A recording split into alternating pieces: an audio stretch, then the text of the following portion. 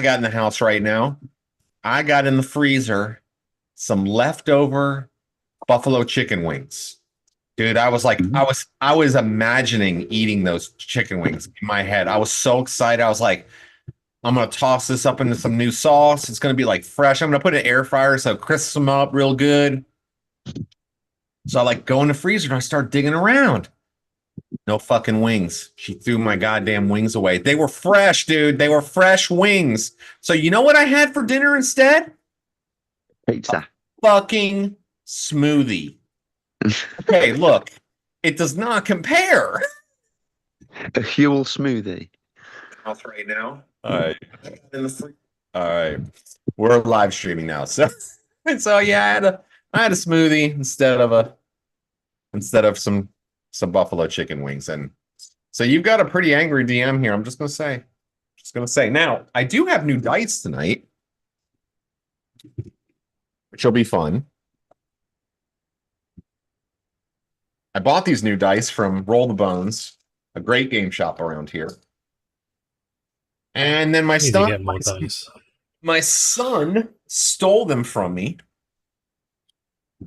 and I stole them back.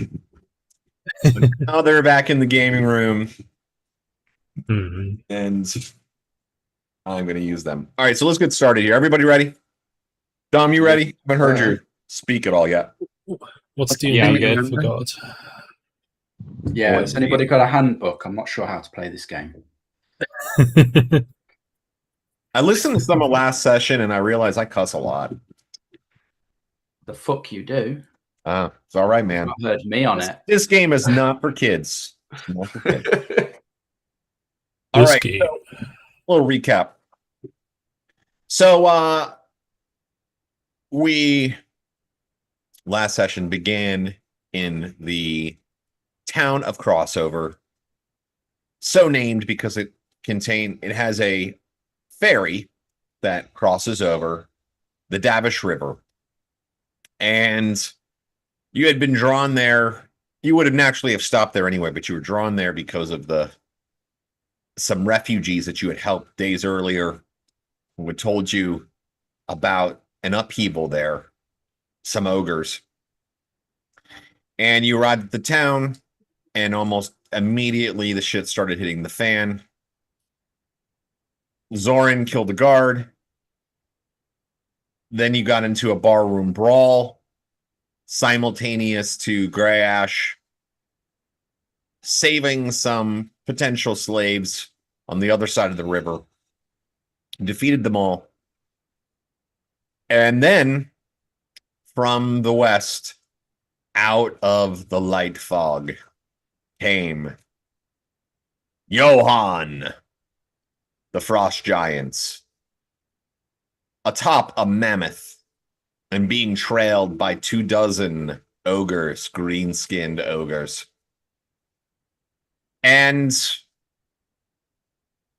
there was very little time for talking and negotiation. Grey Ash cast a spell. The giant managed to save himself, and it didn't affect him. And then he kept calling you out to come out. So Tarkus came out and flame struck him. And once that happened, things really went full chaos. And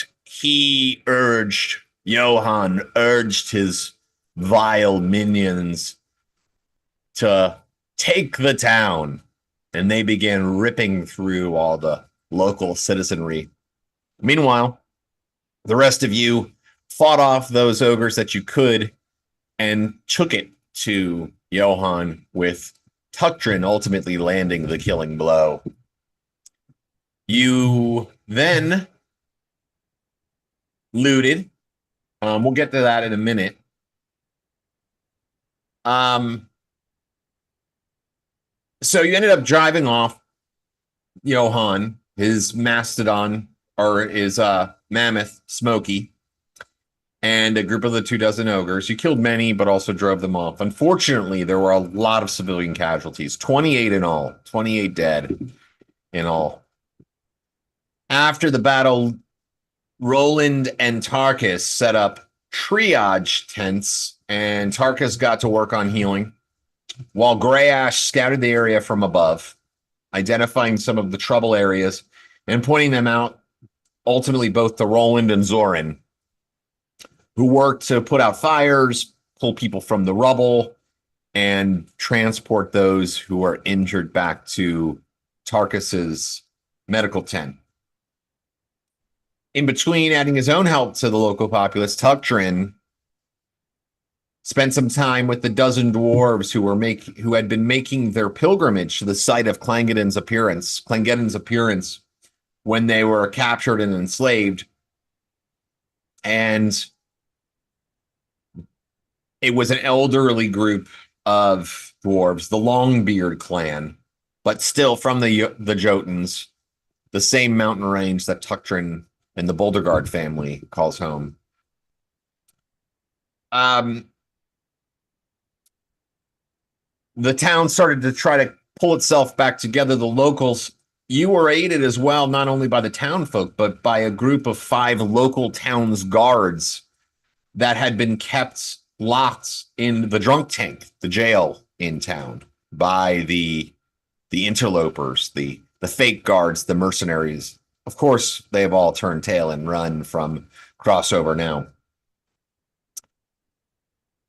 You also discovered from the dwarves, told you, that the townsfolk's property was being kept in the warehouse, and it was all returned to the people which was left.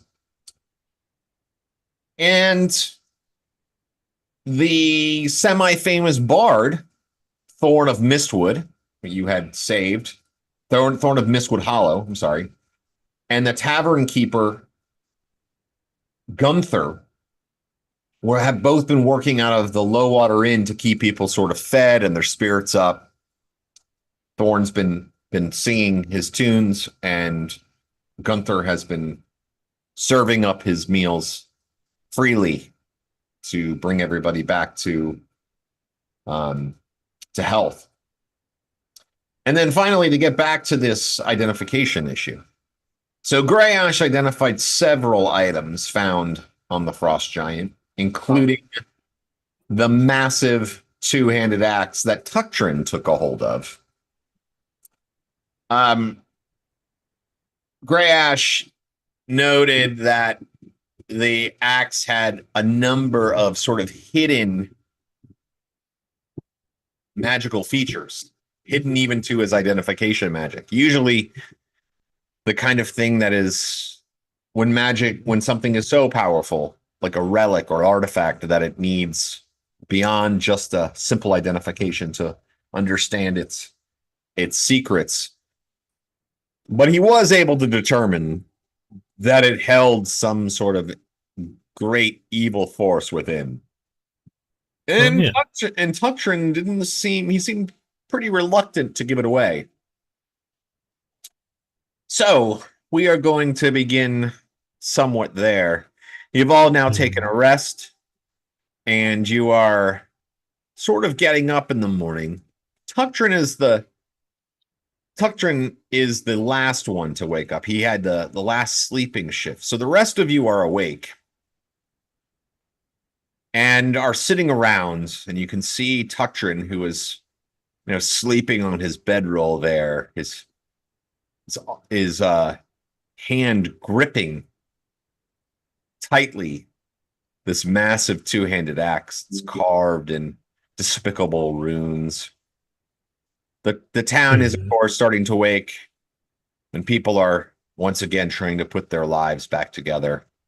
So there, shall we begin? What would you like to do? Yeah, as I said, I will be saying to Tarkus, like after identifying these objects, that axe, it's clearly very evil. It's not like Tuctrin to be using something like that. It's weird. I don't feel comfortable with it. Do you think it's got some sort of hold on him? I believe so. why else would he use it? Like, can you imagine? Like, we've known Tuctron all this time. Why would he use a weapon like that?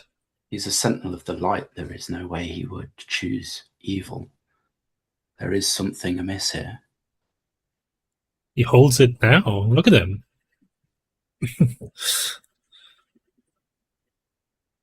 Maybe I should pray on this and see if I can get more information, because you've done what you can do, and we need to know more. We can't. We're not here for the forces of evil, and if that takes him over, we know how strong Tuctron is.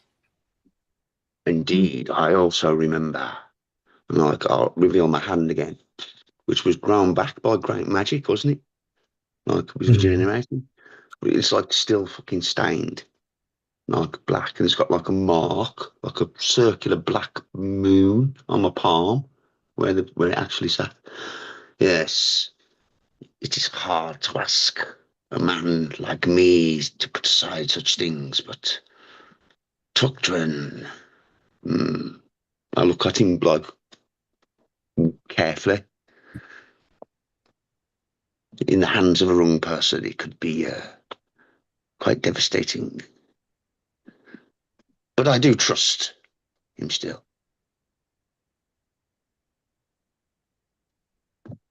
Hmm. On that note, do we plan on leaving anytime soon? Yes, we should make haste, Tarkus, and break camp. We have done what we can for these people. Me and my beloved maiden must make our way upriver to capital. Or can we spare an hour? Of course. I can find a quiet room and go and pray and see if I can divine some information before we set out. Take my chamber on the boat. Take my private chamber on the boat. That will be nice and quiet. I will post 2 guards outside, so you're not bothered. Very well, thank you. I'll head to the boat. Lavinia and her cousin Cully are also, sort of helping out. Lavinia is very matter of fact, so she's off the ship. So Tarkus moves easily, takes the rowboat over to the what's the name? What type of ship is the it's in our handouts. Water lily. Oh, it's in the handouts. Oh, the riverboat, yeah. Yeah, what's like a boat? Its name or the type of boat? Type of boat. Medium riverboat. Yeah, medium canal boat. Medium riverboat. Yeah, but you were calling it something else. That was the little boats that we're rowing. Oh, that we deploy off the side. I can't remember what they're called now. Yeah, those. I think I want to do while we're waiting on Tarkus to meditate on this, I will cast Chaos Shield on myself and try to stone skin myself again. Dory, that's it. It's come back to me now. I'm gonna go like 100 yards away from everyone. This is what I do every time. Like normally, stone skinning is between large time periods, but as we're in kind of a rush. But Chaos Shield protects me from wild magic, but nothing else. It goes away from the population in case he explodes randomly. That's literally what I do. Yeah. What I do is go over to Tuctron, and I try to exploding, edge closer to him until I'm within striking range of him, so I could strike him and kill him. He's paranoid. Oh, okay. So Roland is paranoid. So considering I'm just standing here listening to this conversation. No, you're sleep listening to that conversation. I'm not going to kill him. Do what now? I'm not intending to kill him. I'm just trying to move into range while he's Were you asleep? No, so you might have missed the setup there, Dom, but I was saying that you just for narrative purposes, because Luke had reached out to me to talk about something he wanted to do for his character. So I just had your character still sleeping, like you were Oh, the after watch, like after. Okay, I got you. the Okay, watch. You know what I mean? And everybody else was up, and they kind of discussed. So all yeah, good. I mean, You got So it's metagame, like, dude. It's okay. so it's like maybe I'll add a vignette then to close this part of my scene where you see Roland's big fucking metal boots going a bit closer across, like from the floor angle, where maybe Tuckjun's sleeping a little minute, and like I just look over at him with the weapon, like as I edge into weapon range, not to strike him, but because I remember I have flashbacks, remembering like the orb would wake me up, like a cat sometimes for no reason, to make a see if it. perception check for Roland, Chris. Oh, okay, perception. He's got 15 perceptions. Give it a rock. Okay, go on. Onto the dice roller. 1d20. Ooh, fail by one. Okay. You perceive the clouds floating by. Yeah, I mean, Tuctrin looks just like he always does. I frown, a bit worried, like, like one of the kings of old. And I just turn my head away a second to the camp. And I go, Tucton, are you awake? Yeah, Tuctrin can wake up now. You've been given permission, sir. Tuctrin's Well, awake. I mean, as we've kind of discussed like long many sessions ago, I sleep pretty light because that's basically my job, you know. mhm. So yeah, I mean, I wake up and go, yes, Roland, is there danger? You do not look that well rested, my friend. Come, it is time to break camp. Okay, I get up and start helping break in, like just as normal. All right. Come sit on the boat. And like, mate, I clap my hand around his shoulder like an old companion and pull him close for a second out of like genuine love for the amount of times he's fucking saved my life. Yeah, I mean, I have no reason not to follow him. Yeah, I'm in. All right, so Tarkus is back on the ship already, or on the riverboat. Yeah. So I'm going to kneel in the cabin and begin chanting and cast divination. So with my spell, I'm specifically going to ask for more information on the axe. Yeah, I need to know more about it if I'm planning to deal with it. Now it's a third level spell, I believe, right? Divination is a 4th level priest spell. Fourth level priest spell. Okay, let's just take a quick look at it. See what it says here. Fourth level. Divination spell is used to garner a useful piece of advice concerning a specific goal, event, or activity that will occur within a 1-week period. This can be as simple as a short phrase, or it might be some form of cryptic rhyme or omen. Unlike the augury spell, this gives a specific piece of advice. Do you want some examples? Well, no, I can see that there. That's great. Why don't you then tell me exactly what you want to say?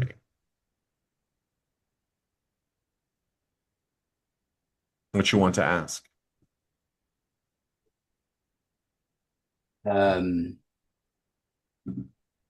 Specifically, I believe the axe that my friend holds is of evil creation, and I would like to know if it is going to bring harm to him or people around, and if it needs to be wrestled from his grasp.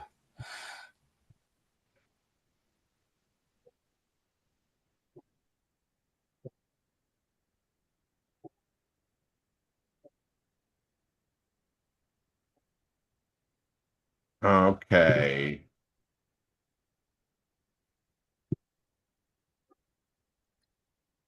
Sorry, I should have given you more time to Oh, come up that's with good. something. The god replies, "Nah, it's fine." Yeah. Erroneous is like, it's chill, bro. Don't worry about it.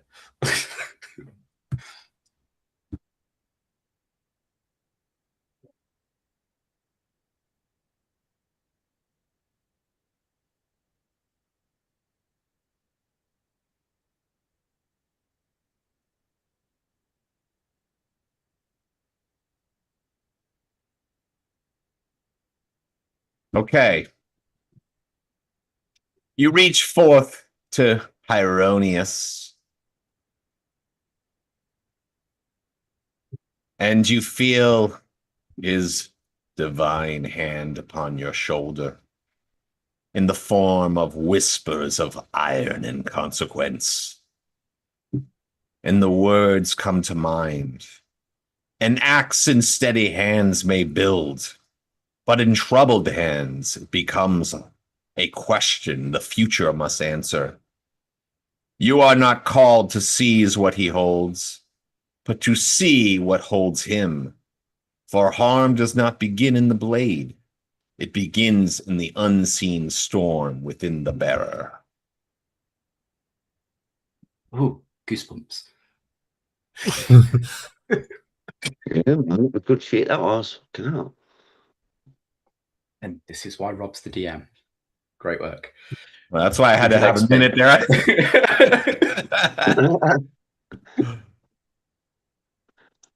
I'm confused. Then I've done my job. Gods are the worst. I understood it pretty well. Got to get up pretty early to confuse Tarkus. Probably, yeah. I mean, Tarkus is incredibly wise, but I mean, Not as wise as Tuktrin, though. mhm. Nowhere near.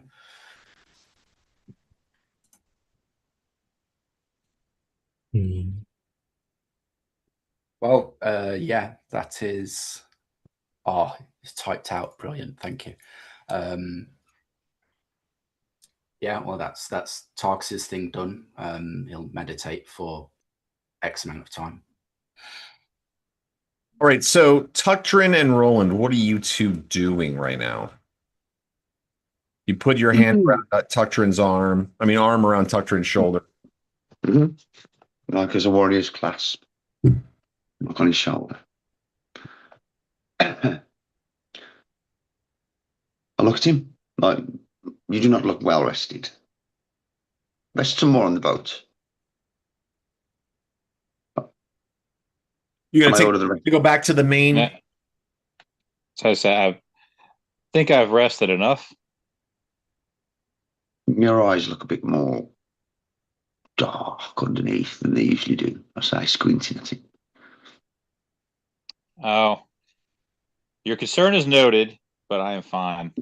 I just wish to continue our journey as quickly as possible. Come then, we have fish from the river people. They have caught and skilleted it. I know it's not particularly a great dwarven delicacy, but give it a try. You're right, it's not. But we eat fish, as says one of the dwarves from the group, from the Jotuns, the long beards.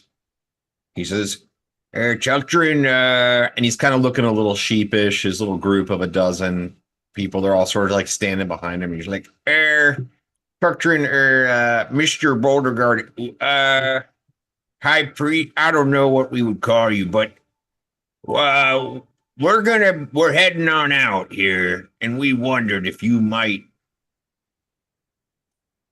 give us your blessing before we leave.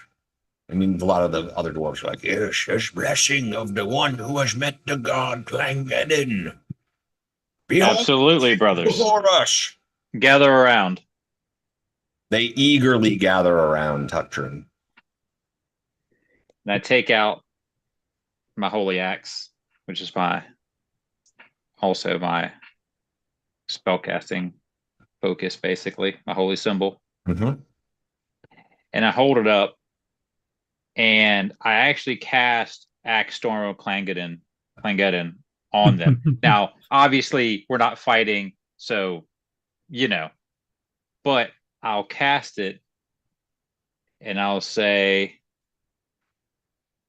"Mighty dwarves assemble before me.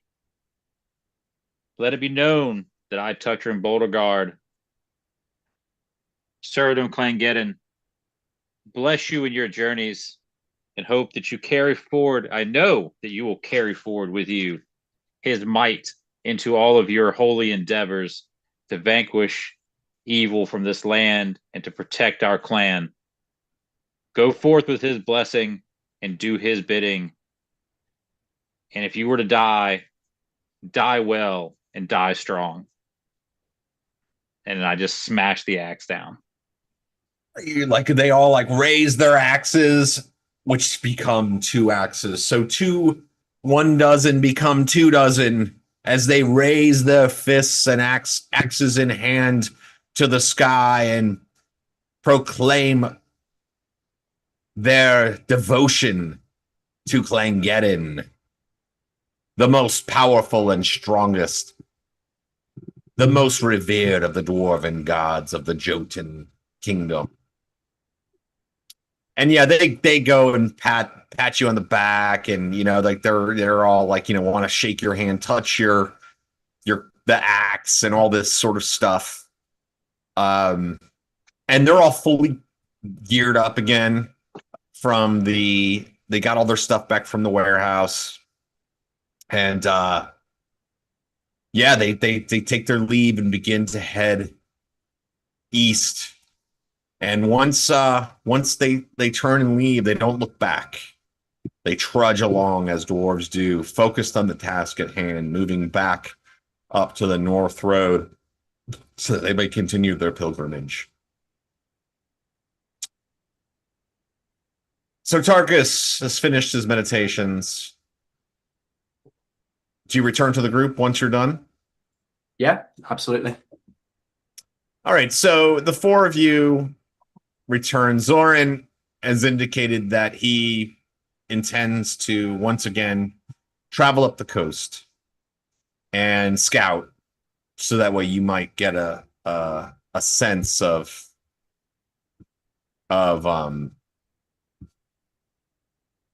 what the land around the river looks like as you travel, having seen so many things. So the 4 of you gather together once more. And what would you like to do? Murder hobo. So the steamer opens and the boat's moving, is it? Upriver. You can get in the boat. Yeah, you can guys all rejoin at the boat, but not everybody has gotten there yet. Tuctrin just, saw the dwarves off. We have searched over the camp for evidences, haven't we? Mm-hmm. Okay, just checking we haven't missed anything fucking obvious. The GM's trying to tell us 50 times about it, we miss. Okay. I mean, that does happen on occasion. Yeah, I know. Well then, are we good to finally encourage moving on upriver? This is quite important news. The duchy must be informed. We should be good.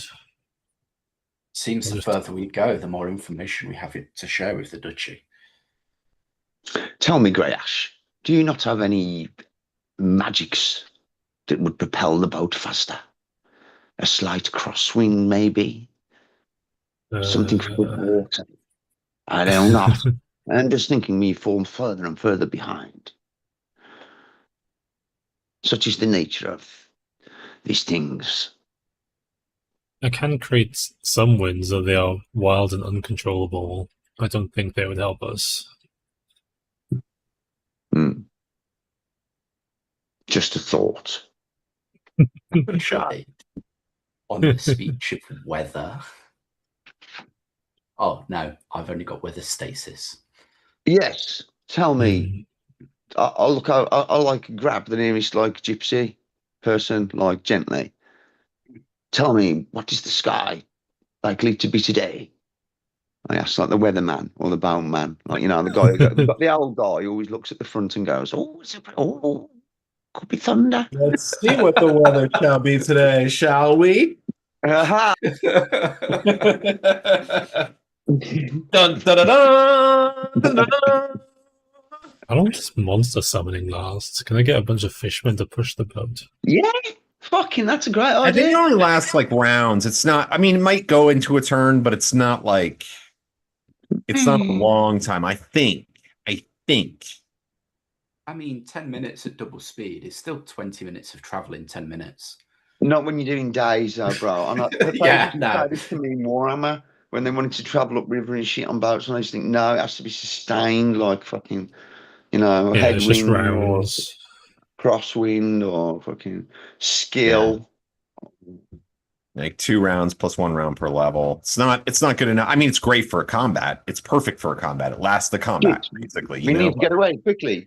A little bit like a boost. Yeah. That for that purpose, it would be great too. Yeah, exactly.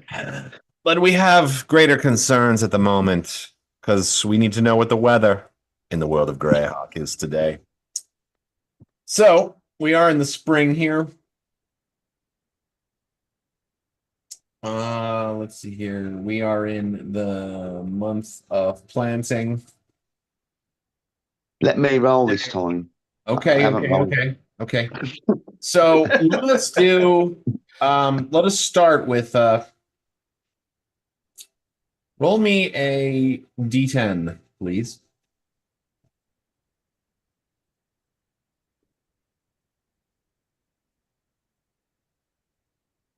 Cool. He wanted to roll. He said, let me roll this time. A one. It's colder than usual today, even at its peak. Only a high of 59 degrees Fahrenheit today. You Brits can do the math. Chilly. Low temperature today. David, why don't you roll a D8 for us? Yeah. 2. It's a 2. So the weather will stay very even today, as it's only going to be a low of 46 degrees Fahrenheit today, as the chill is burning off as the sun rises. Or does the sun rise? There is a 42% chance of precipitation. Luke, why don't you go ahead and roll us precipitation chance? 85. It is a sunny day. Sunrise was at 5:24 a.m. this morning, and the sunset looks to be sometime after 6:30. Or I should say, Wow. Now, Lord Roland, I'll tell you that the weather's looking pretty good today for our trip up down river up to the capital. We got about another 2 more days of travel before we'll make it up there.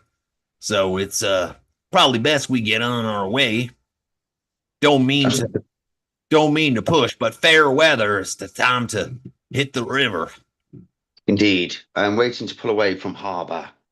Once the rest of the few troops are aboard, we must make haste. By the way, 47 degrees Fahrenheit is about 8 C. That's quite fucking chilly.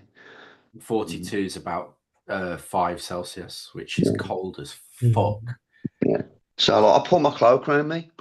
Clean swimming pools in 26 degrees Fahrenheit. That's like -3 Celsius. I clean fucking swimming pools. All right?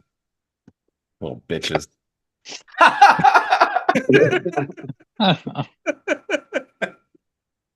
And Dom knows what it's like up here in the summertime with the heat. Come on. Yep. All right, so Thank you, Weatherman Roboto. you got it, Lord Roland. So southern. As you're kind of getting ready, you're loading up back onto the little boat that I can't remember what the name of is, to go back to your main ship. The a dory. Yeah, as you're getting ready to load onto the dory, A man comes running down the dock, as you guys are sort of at the end of the dock. He comes running down to the dock. A human. His cloak is fluttering in the wind, a patchwork of multicolors, highly detailed, dyed red leather armor, a short sword hanging at one side, and a lute strung over his back. His features are handsome. His dark, curled hair streaked with bits of gray. His gray eyes wide Quickly, as he runs towards you. And he says, quickly, jump aboard. as you see Thorn of Mistwood Hollow, Lord Roland, my saviors, may I join you, please? We have Take cast me to off. Istivin.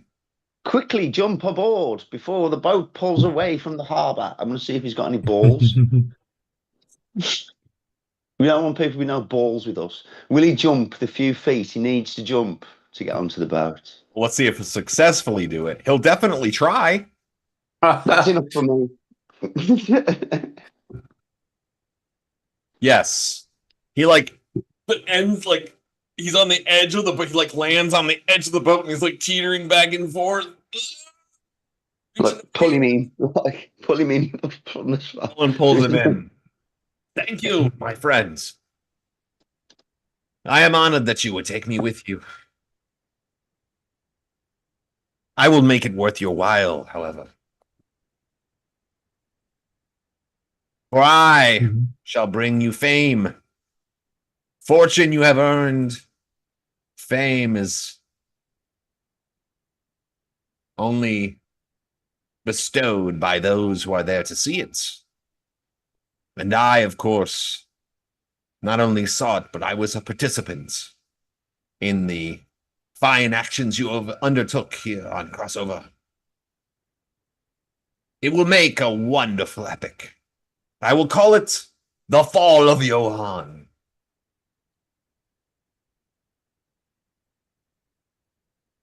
Well, let's go. The boat is going. It's going. So you get back to the ship and he begins to travel. I look over at Grey Ash, right, and I lean in really closely and I go, is this going to be one of those people who, unless they're the centre of attention all the while, it's something bad? Look, as I try to understand people, although I do like his music, I wonder if he knows the reverse dance. Tell me, Bard, can you play the reverse dance? Reverse dance. Of course I can. Perhaps we shall start our journey with it. Ring. That's some crazy shit, right? That you're talking about the thing where you like looks like you're kind of sitting down, you're kicking your feet out and stuff. It's that track I play. Sometimes, or do you know Pastime with Good Company? That's one of my favourites. By another bard called Griffin. What's it? What is? Tell me again. What's the name of the song? The Reverse Dance. It is played traditionally on the hurdy-gurdy.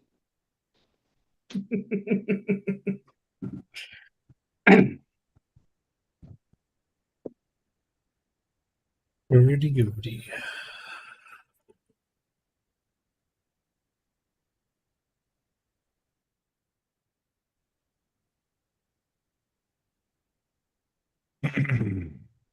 The cogs are turning. He's searching it up.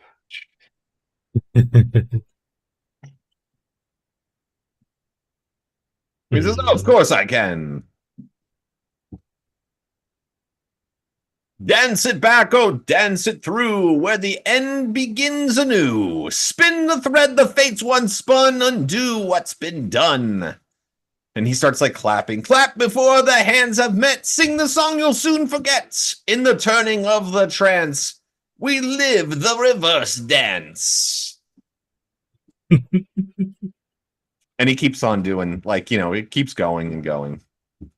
It's not particularly good, but it's fun. Wow. Okay. A chuckle of it. I look longingly at the boat. Watching out to the shore. Mm.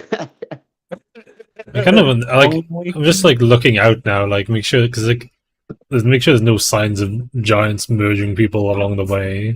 All right, This seems to be a recurring theme. So you're playing the music, and your boat starts moving away. The water lily starts moving away, and you can see like the people from the town are like you start seeing like people running like in the town, and you're like, what the fuck is going on? Maybe you put your hand on a weapon, or you start fiddling with some spell components, or draw forth your holy symbols, and you see that that many of the townspeople have come running to the river's edge to raise their hands in salute to you and your companions as you continue downriver up to the capital,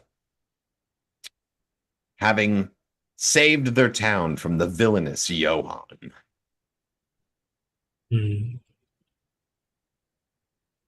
The people will hear what happened here. Help will be sent.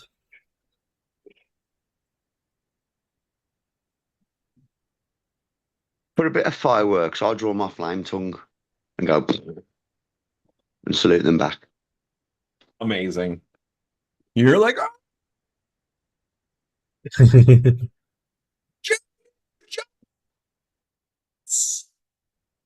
I draw my flame tongue. It's not.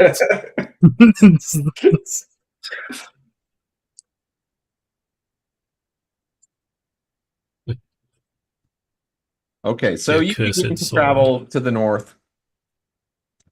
And is there anything you want to do? It's 2 days journey further up to the north. Is there anything specifically that you're trying to accomplish? To get to our destination, one would think. Other than I take particular note of resources and places and towns up the river, and particularly spend a lot of time on deck, actually like helping, like pulling up the anchor and stuff and learning about river lore. Awesome. Yeah. So when the sail turns this way, it moves that way. I say, using a bit of cork, like on my beer. There's a little demonstration, like the Roberto man's going, no, Roland. So sorry, Lord Roland, you must turn the boat that way. And I'm going, sorry, I'm a bit slow, but that's what I'm doing, learning. All right. Yeah. I mean, they put you to work. And you know, the river people, they don't care that you're a lord. You know, like on the ship, they're in charge, you know. So they basically just, you know, before you know it, you're swabbing decks and tying rigging and doing all that kind of stuff. What's Tarkus going to do? Tarkus is going to spend some time in contemplation about the words that he received from the deities. If he can get a moment alone with Grey Ash, like I don't imagine there is many moments alone on board a boat, so it might have to wait till town, but I'll sit and have a chat with him. If now you can squeeze it in. Let's play that out now. We'll say at the end of the first night, you know, you everybody's doing their own little thing, you know, here and there. The day's travel has been calm and easy. The bard is plucking away at his lute as you move quietly through the downriver. He's plucking at his lute. He seems to be working on some sort of composition. Roland is, you know, helping to do the last things that are needed to be done. Tuctrin is in sentinel mode, no doubt. Would that be an accurate description of Tuctrin, Dom? So yes, to a point, but also what I'm doing is obviously I know something's going on with the axe. I mean, it's not a secret. I was there when we identified it. Felt it when I picked it up. I know I'm carrying it. So what I'm going to try to do is continually resist the influence of it until I can get to a place like a temple or something. My plan is to carry the burden until I get to a temple, try to get the curse removed to get rid of this thing, and maybe even destroy it potentially. But until then, I, wise enough, don't want it to take over.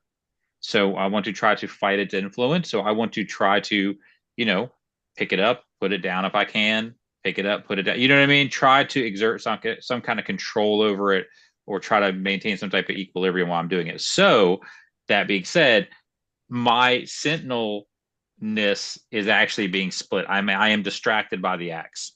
Mm-hmm. All right, make me 9 saving throws versus spell. With and you can do your wisdoms. You get your wisdom bonus for that. But 9, you make 9 of them. Okay. That'd be really funny to hear from the make 9 saving throws. I mean, okay, that's 1 is a pass. 2 is definitely a pass at a 19. 3 is a pass. 4 is barely a pass. 5 is a pass. Ooh. 6 is a pass. Fucking priest. 7 is a pass. And 8 is not a pass. All right. I rolled a 2. Yeah. And then my last one, not a pass. I rolled a 7. Oh, that's perfect. Okay. I need 8. 8 or better. I mean, it's good also that you made your first 7 and then failed 2. Yeah. Well, that'll Only die twice. yeah. So I'm going to interweave that into the Okay. Tarkus and Grey Ash. So anyway, you have a few minutes alone. There's a couple of barrels up on the top, and you're just sort of like near the back of the riverboat, seeing where you have been growing more and more distant. You have a couple of minutes of quiet. No one seems to be paying attention to you. Well, there's noises around, which is actually kind of good because it's hiding any conversation you might have. Yeah. So, yes, Grey Ash. Let us speak of the axe.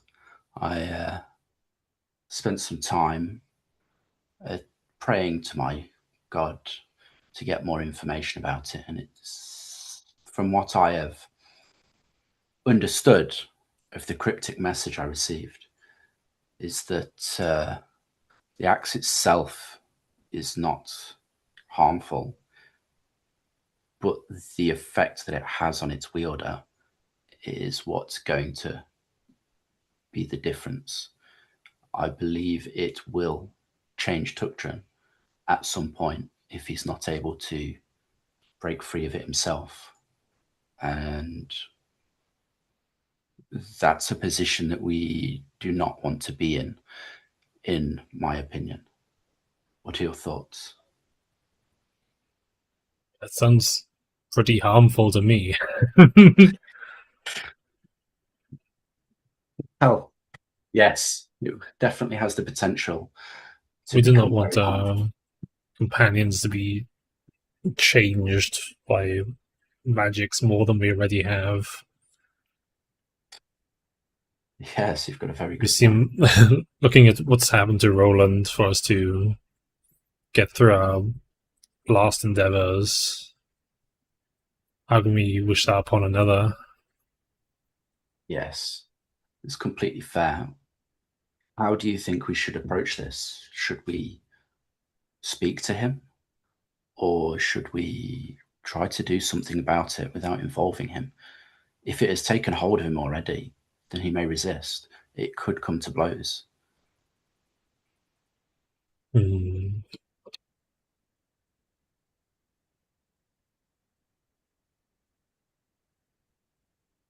Can we tell that he's like aware of it affecting him?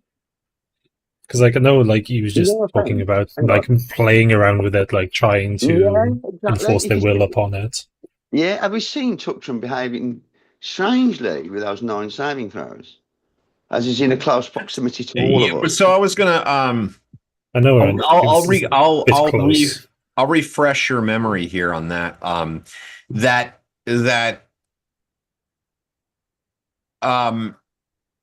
Tuctrin, when Grash confronted him about the axe being evil, said that perhaps it is not his to use, but it is his burden to bear for now. That's the way that he presented it. So he clearly knows that something is. It seems like a comment. Is he not? We do not need. Well, you hear Roland coming down into the bottom of the boat or wherever it is you're talking. So you can. I'll look at you both talking and I go, and I'll turn my back. Should I leave? No, brother, you I can think be it's fine. Perhaps we should keep an eye on them. Let them, if they can overcome this on their own, they'll be for the better for it. But if you can figure out a way to release them from it, some curse removal or...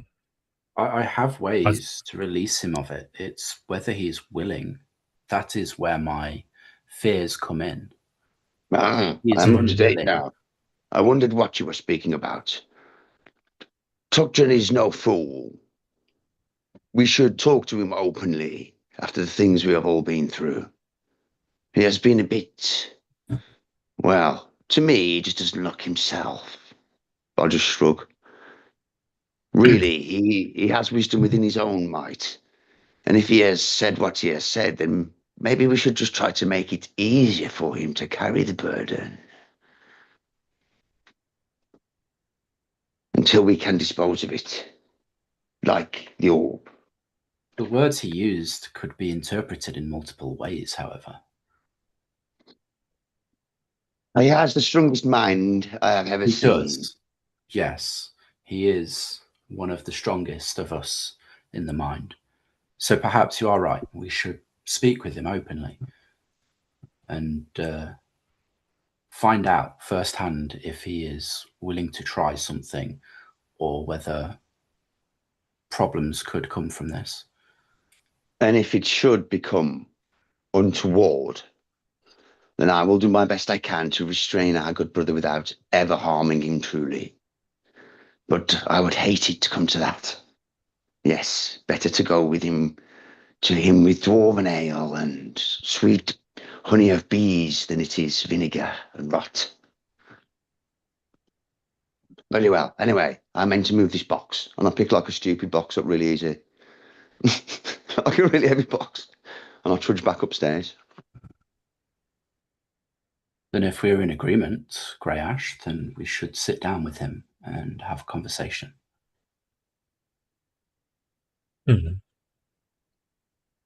Yeah.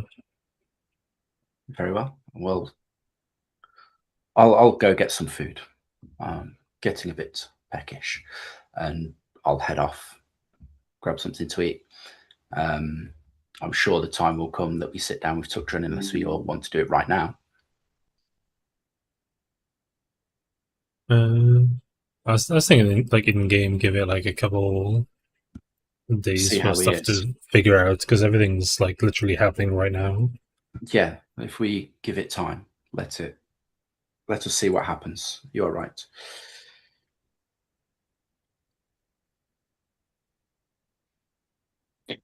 Actually, while we're on board and we're on top deck and it's a bit cooler in the evening or hotter, whatever, I entertain Tuctrin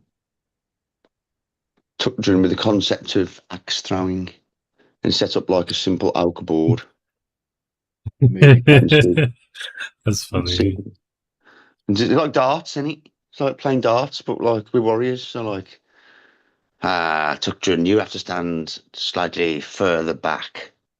I lie, like, because of your natural abilities with such things. And I'll I'll stand a Actually, bit Tarkus forward. will get on this. I've got some Basically, gaming I'll fucking skill. cheat. That's it. Fuck as much as I fucking can. But like, I'm just like playing with Tuckton really and Tarkus and having a Yeah. laugh with that. So Dom, I sent you a little message there when they come to you. Maybe this is. Go ahead and take a look at that message. All right, let me read it. I never have that little chat box up. I know. I very rarely ever have had to use it, so Let's see. it used to annoy me all the time with it. He would make stupid jokes in the middle of the game, like to me in the text messages. I turn like a stool sideways and paint a really shit paint picture of like a fucking gremlin or something. And I use my Okay. gaming proficiency. All right, I've got it. I've got it read, so I'm ready for whenever they approach. Yeah. So are you guys gonna go to Tuctrin then? Yeah, while we're axe throwing and trying to entertain him, like you go like you have to go with a friend to like the pub or somewhere to tell them something really serious in case they freak out. So it's like that's that's what Moran's mind is. Like I've been saying do it to on the boat where come. somebody could get thrown overboard and drown. Nobody's gonna drown. I don't know about axe throwing on the ship, but there's probably like maybe like a dartboard or something like That'll do. that, or like a knife, a thing for throwing knives at, like throwing knives. Yeah. Something along those like, lines. And there's probably, like you said, somebody mentioned having gaming. There's like, some of there's only 3 guys running the boat, basically. So they're like, they're playing cards or whatever, stuff like that. it was just something physical to entertain potentially. Yeah. Tugdrin's mind that I was working on.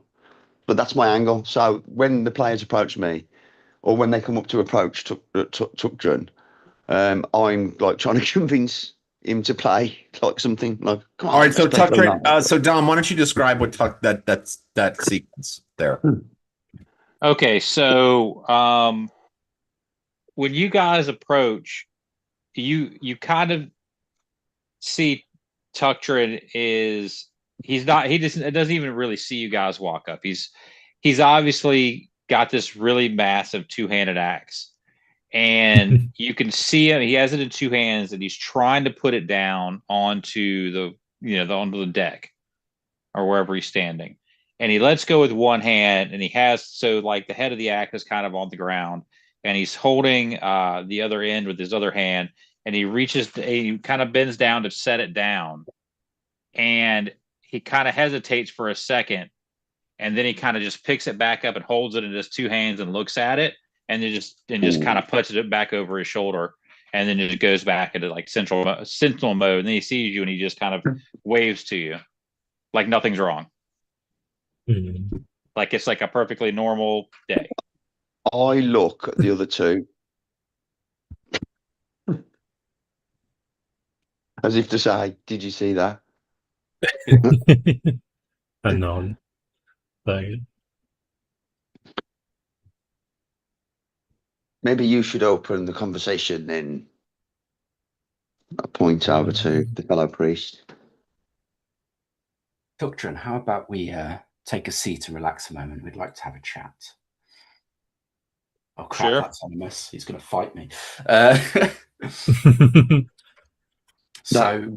Is this etiquette? I say.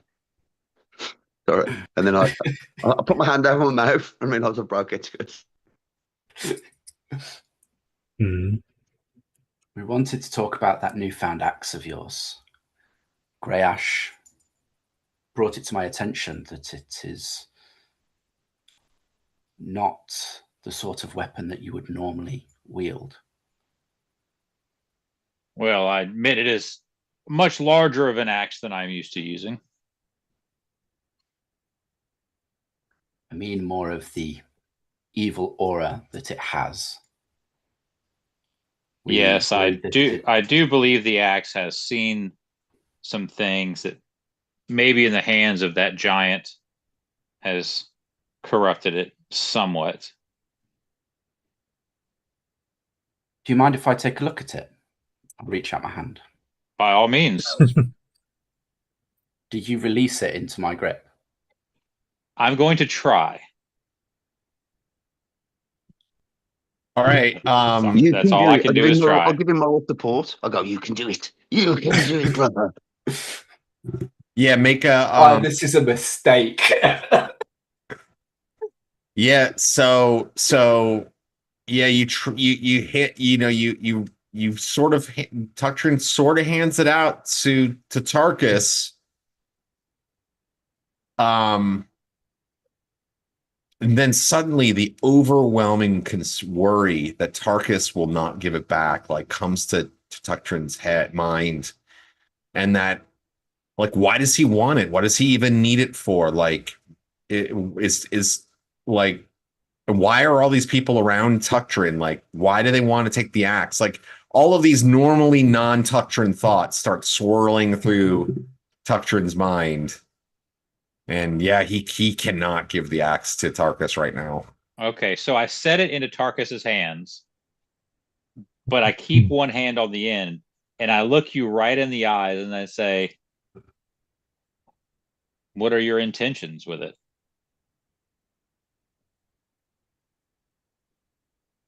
I have You're just wrestling with you. demons. I have just witnessed you trying to place the axe down, but unable to do so. I'm worried that it has a hold of you, just like the orb had a hold of Roland.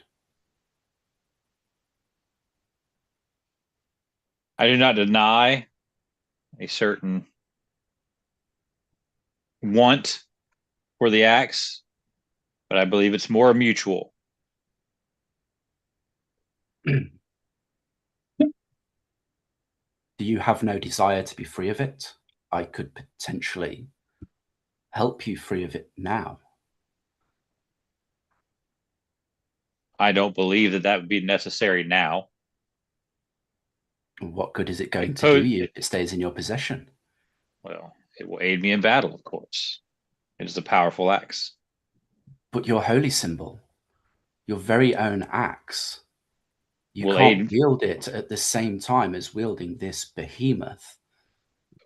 when I find the next temple to Clangeddon.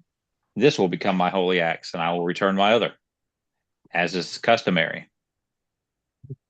That'd be very interesting to see. I'd love to see what Temple to Clangeddon would think of blessing this axe in the name of your god.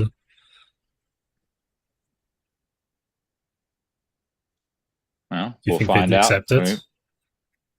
Let us not push this any further. Perhaps with the proper Okay. rites, it can be restored to glory. Perhaps. Perhaps with the proper rights, but you don't have So- to wield it all the way. We can transport it safely in a box. And then, if all being well, it can be cleansed and returned to you. I can As think a of no right safer to place have for it. this to be than in my hands.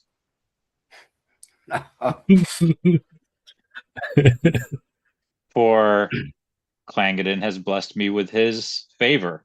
I cast bless on myself.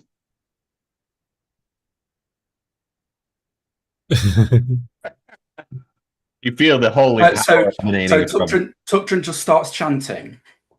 Yeah, a bless spell. Yes, you obviously know what it is. I mean, Yeah. everybody's seen Tuctrin cast bless before. Yeah, I cast Then bless. Tarkus starts chanting. Yeah, You know, absolutely. Oh, so Tarkus starts chanting as well. Yeah. The spell chant. Yeah. No, remove curse. I'm immediately Oh. going to remove curse and try and lay hands on him. Impressive. I guess initiative. Yeah. Okay. Well, Yeah, I mean, how do you? This is sort of, I'm not going to force Right. Dom to make Tuctrin attack Tarkus or anything like that. Play it out. You guys are doing great. Well, I'm not going to attack him. I have. Here we go. So obviously, I know what a remove curse spell is. So I cast bless. Tarkus starts chanting. Can I roll a religion check to know what spell he's casting? Yeah. That's the proper way to do it. Yeah, sure. Because even though I have it like technically that's how you're supposed to do it. Well, So and let me also Tarkus's phrasing and everything is you know, different. yeah, Right. it's about Hyronius and stuff like that. And Tuctrin is Fangeddon, and I mean, honestly, So probably Tuctrin's spellcasting, all of that stuff is probably Dwarven as well. Yeah, exactly. So but I So- don't even try to work out Spellcraft. what spell it is. The moment he starts chanting, I think that's a spell. I'm going to chant. Remember also That's cool. that Luke. yeah, religion Luke- or spellcraft can get spells like this. Yeah. Yeah, Remember, Luke understands all languages as well. That's one thing. Oh, that's he does. right. yeah. That's a That's a good good point. point. That's a Understands them. great point. Yeah. So I rolled a 2 out of 19. So obviously I know it's a remove curse spell. I mean, it's clear to you on like the first few syllables. You're right. Like that. So No. all I'm going to do with my one free hand currently is not attacking him, not hitting him or anything like that. But I'm actually going to try to put my hand over his mouth, and I'm going to say that is unnecessary and very unwise. Oh, I tried to And, block his and hand. all I'm trying to do is muffle his voice to stop the spell casting. Perfect. Okay, so that's great. So let's roll initiative. Tarkus is trying to cast a spell. Tuctrin's trying to put his hand over his mouth before you can complete it. So And I'm trying Tuctrin to- will have a +3 initiative modifier. Tarkus will Fuck have me. So I rolled a Correct. 3. I So rolled a 6. 1. Oh, nice. good for you. So what's your initiative initiative then? So Tuctrin's would be 6. Tarkus would be 7. Oh!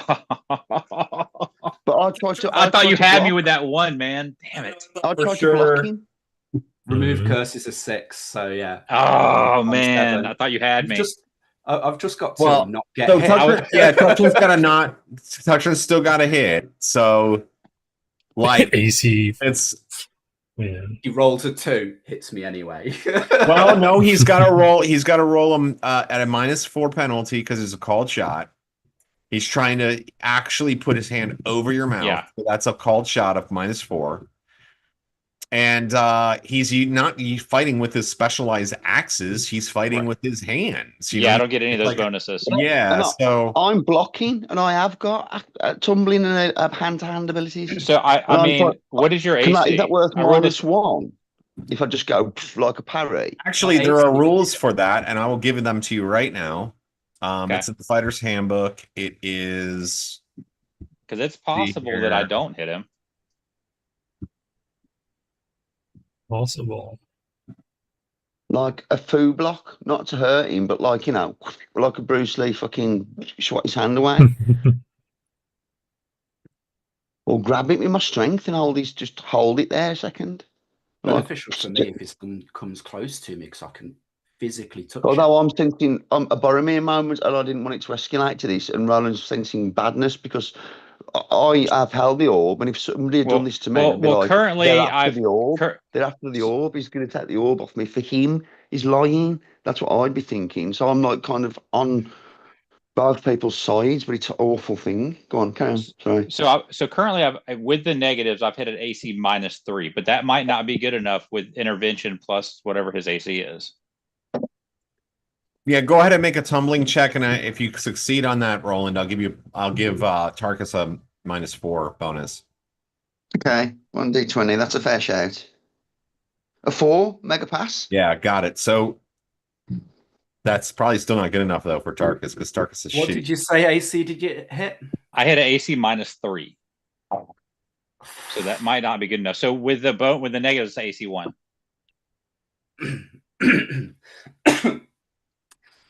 Did I update these numbers? Because with a 4 bonus, it puts my AC at -2. So you still touched me, giggity. Wait a second. So what are you wearing? I am What are you wearing wearing? Jeez. pink lacy underpants.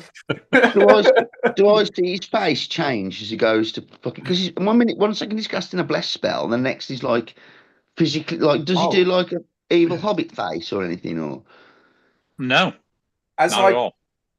So my AC is -1. okay, As I don't have a shield out, because this is not a combat situation, I lose 2, so I'm AC 1. Yeah. So -4 is -3, so he's still And I hit a -3. just in there. Wow. So he disrupts the spell. You try to remove the curse, and he puts his hand over your mouth. Yeah, I don't hold it there. I'm not holding your mouth or anything. I'm not grabbing you, but I'm just like interrupting you, and I'm like, that is not stops the necessary and sprayer. not wise. Well, this can be accomplished later. Let us not push Very it well. any further this evening. I see you insist, and I do not wish to come to blows with my brother. Nor So do I. we will let this rest for now, but be sure we will revisit this situation. Absolutely. And, I take a leg of chicken, step away, and have a moment to contemplate what's just happened. We'll rest to get the spell slot back. Yeah. I think Roland sighs heavily and Yeah, just sits down. Both Dom and Luke, from you the guys bottle. each get 500 XP. That was awesome. That was so well done. So well played. I thought I was about to die. I was praying for those rolls. I was like, oh my God. You want to be cursed to this guy? No. I did not want to critically fail and accidentally punch Tarkus in the face or something, and all of a sudden I got Roland chopping Yeah, me things in could have half. escalated really. Yeah, it could have gone. Things once it starts going into this place, it's like right. I was just very like, wrong. oh man, because I got Roland's gonna cut me in half, and Gray Ash is gonna hit me with some kind of crazy spell. And like someone's waving around a loaded gun. You just never know what's gonna happen. Yeah. Exactly. You know? Just playing Russian roulette on the That could boat. have Let's gone go. really fucking I am bad. a loaded gun. Right. Oh, yeah. Exactly. All right, I gotta take a piss. Like, I'll be right serious back. Just gonna take a peeping super quick activity. break. All right, if anybody's gotta go, but De-escalate. So How good is So Luke, what magical bonus is the shield you're using? It's +1. And what about your armor? My armor is. Oh yeah, AC. I think it's +1 because I think it's +1 that we found, and you. Right. And do you have any vertical. magical rings or magical cloaks for protection or anything? So looking at my board, I've got a shield +1, a plate +1, and nothing else because I gave away all of that, quote unquote, gave away when I died. Right. So when we get to the next township or whatever, or bigger city or trade post or whatever, let's try to upgrade something for you. And like I said, I haven't spent hardly really any money, so I have plenty that I could throw into the pot for this. Luke, I know we talked about this last game. Luke, you've definitely got a ring of prot +1 or 2. Ring of protection. I gave it back to the party when I died. Yeah. No, but then he was giving back to you because there was that many knocking about. I think in the end, Dave had the +2. I had a +1, but then swapped it for my cloak and gave it you know to what it is. Hold on. Just +1. Hold on. No, I got it right here. So it is a cloak of protection +1 because you cannot wear a cloak and a ring of protection at the same time. You don't get the benefit of both. And I have the ring, and I had the cloak that I couldn't wear because I had both. So you can have the cloak of protection that I have. So feel free to take it because I can't use both. I will add that to both versions of my character sheet. Yeah, so cloak of protection. So Rob, Yeah. we were talking. Remember the end of last game? We were talking about distributing the items and stuff, whatever. Yeah. So remember, I had the ring and the cloak of protection, and we found out you cannot benefit from both. I don't know, a million sessions ago. So no, I had the cloak. And I had one because we found one. Crazy. There was probably multiple cloaks. Right, and so I just gave Luke the cloak because I had the cloak and the ring, and I failed. Remember, every time I get a magic item, I have to make a check to see if it fails when I put it on because I'm a dwarf. And the cloak failed for me, but the ring didn't. So that's why I picked the ring over the cloak, and I can't use both anyway. So I just gave Luke the cloak. Would Thank I you. be able to have that cloak woven into that really expensive, ridiculously royal blue cloak that I bought the other session? Because I can't not look just cool. layer them on top of each other. It's fine. I was just thinking I could take it to a seamstress and have it woven into the inside, so I've still got the protection. They'll just carve up my really nice, fine cloak. Yeah, I mean, Yeah. that'd probably be the way to do it. Now you actually have a seamstress on board. Oh yeah. Oh, Fuck there you yeah. go. The lady, She's the Kali fucking is a princess, she is, seamstress. by Yeah. the way. You'll fucking watch her. I say to you quietly. I say, Mm. she's wise within the ways of the women of their people. She's something of a priestess. I don't know whether it's dance or fertility or something, but just, well, I don't mess with her. So Like, if we go I don't ahead and argue have with- that woven in, can I just add protection +1 to my riding cloak? Sure, yeah.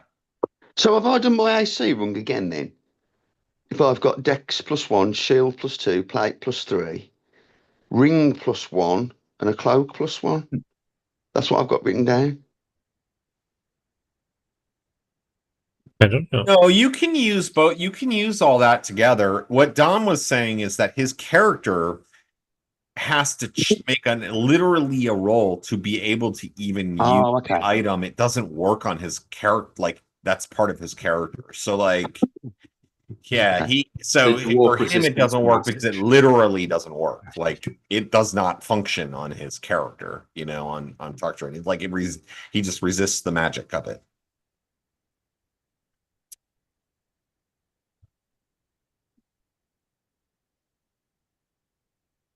I don't think it was full plate, was it? Or was it? It was plate mail, wasn't it? I had a note of full plate dwarf sized +2. That was old. That was last campaign. Somebody That's had what they full had. plate. Possible Somebody to had full plate. resize full plate to a different size of creature. I've never wore full plate. I had plate +1 for ages, then found plate +3.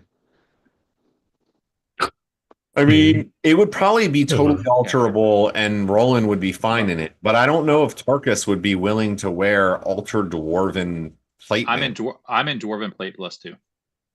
Oh, that must yeah, be. I guess so. You do have that. Yeah. Okay. Yeah. Yeah. That's what I thought. That's I mean, fine. I remember that Tucker had made that awesome armor, and then like immediately you guys found like better armor, and I was feeling kind of it's like the armor that you made was so cool. All right, so yeah, so you leave Tuctron alone, you continue up to the capital, flowing down the river. You anybody to do anything? Yes, tell us, Greyash, what were the items we found amongst the giants? The haul, the loot. Did we Apart from have? the axe, there was a scroll, powerful priest scroll for raising the dead. A ring that will cause any animal you come across to basically follow you as if it was a companion. Oh yes, A potion to bestow great heroism upon you. yes. And another potion that makes you very small. Ah, and I took the potion, hadn't I? I pat that at my belt. Okay. Potion of superheroism. Okay. Ah, not a bad haul then. Shame I don't have Scroll of something to show Tongues. the Duke. You will all Yeah, you have can to have attest before him of these evidences we have seen here. That's what I was saying. I I'll think add the scroll. Tuctron might know. Is it Tuctron? Tarkus will be best placed, I feel, to speak our words. Have you thought what you might say when we get there? It'll be a noble court. I have thought on it a little, but I have not yet reached the conclusion of those thoughts. Yeah. Very well. I will on my way down the river a bit more. I'll whittle a bit. I'll drink. Whittle a bit All of right. wood. So the next day of travel.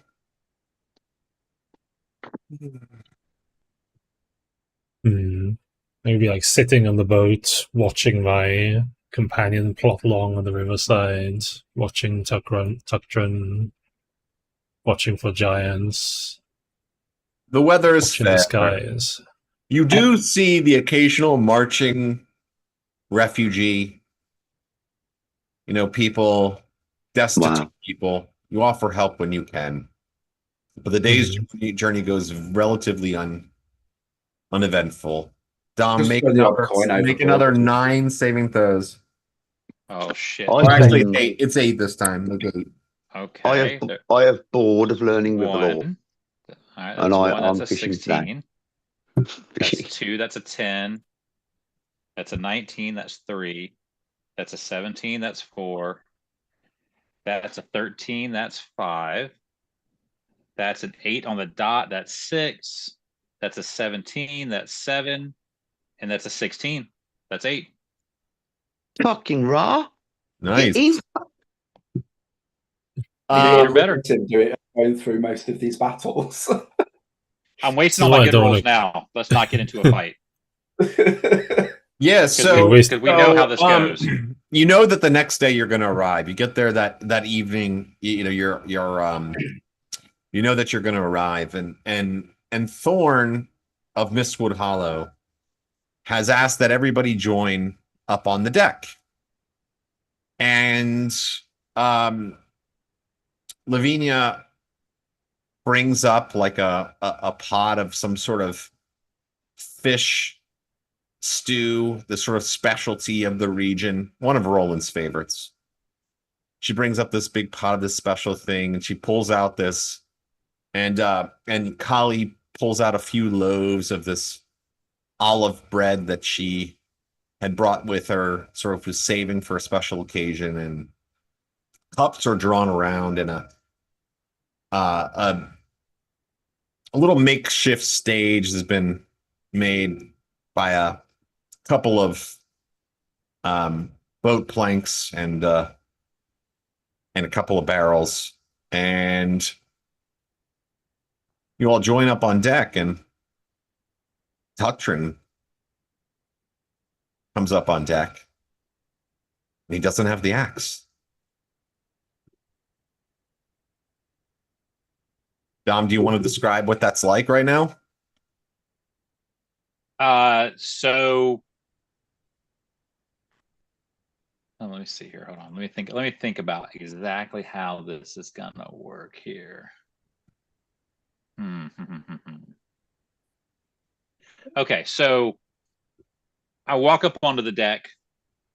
No axe, no giant axe. And I walk over to Tarkus, and I just walk straight up to him, and I put my hand on his shoulder, and I say, "Brother, I understand what you were attempting to do, and it helped bolster my faith into what I needed to do, and I thank you.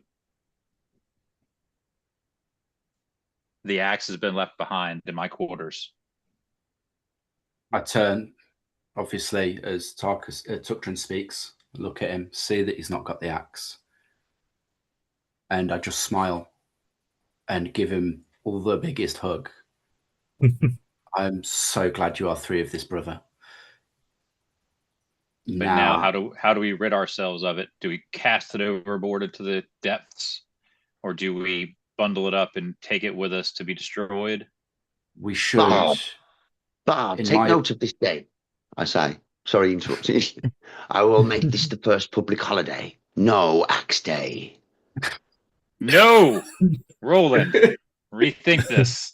That would be a tragedy. I will take your wisdom then, but I wish to commemorate. I will make it a special day for the dwarfs. A day of. One less axe day. You- He's like, "We're gonna do this thing for you. I'm gonna make it no axe day," and like, it's like, everything, bonus, whatever. Yes, I will. I will laugh then together at Roland. that's amazing. I'll step back. A bit more joyous. All I've right, already contemplated this. the bard says, Tuctrin. my friends, thank you everyone for joining me. Please, please sit back, enjoy, grab yourself a drink. And Lavinia, first I must say before we begin, I must say thank you to Lavinia for what she has done in making this special meal for tonight's performance of which I will discuss in a moment, and for her companion and someone who I'd like to call friend now, Kali, who has brought this lovely bread from the south. As I mentioned when we first set off, it was my plan to write a song to commemorate the noble actions of JB's Jolly Bandits. Some people clap a little bit. He says, well, without further ado, allow me to perform for you The Fall of Johann. Let's see how good it is. All right, it's very good performance. Are you ready? The Fall of Johann by Thorn of Mistwood Hollow. In the iron halls beneath the stone, where the mountain's fires brightly shone, lived Tuctrin, bold with hammer high, a dwarf whose roar could shake the sky.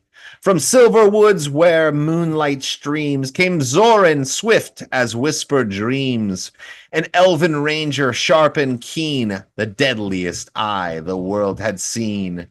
Then the bells of warning rang through snow from frozen peaks where cold winds blow. A giant rose with eyes of blue, and tree-skinned ogres marched into. Raise your blades and raise them high, let the thunder split the sky, for Raven's blood and comrades true, the fate of all rests now with you. Through frost and fire the heroes ride, no fear can break their iron pride. Sing the tale through ages long, the North remembers this mighty song. Tarkus Morningstar prayed by candle flame, a priest who called the heavens' name. His sacred sword with golden light could drive the shadows from the night. Grey Ash the wizard, cloaked in gray, knew ancient words none dared to say. His runes burned bright like dragon fire. His wrath could turn the seas to pyre. Then rode a knight through winter red, Lord Roland at the company's head. Raven's blood upon his shield, the last to ever quit the field. Bravo, Bob. Hold on, I'm not done yet. Intermission. Raise your blades and raise them high. Let the thunder split the sky. For Raven's blood and comrades true, the fate of all rests now with you.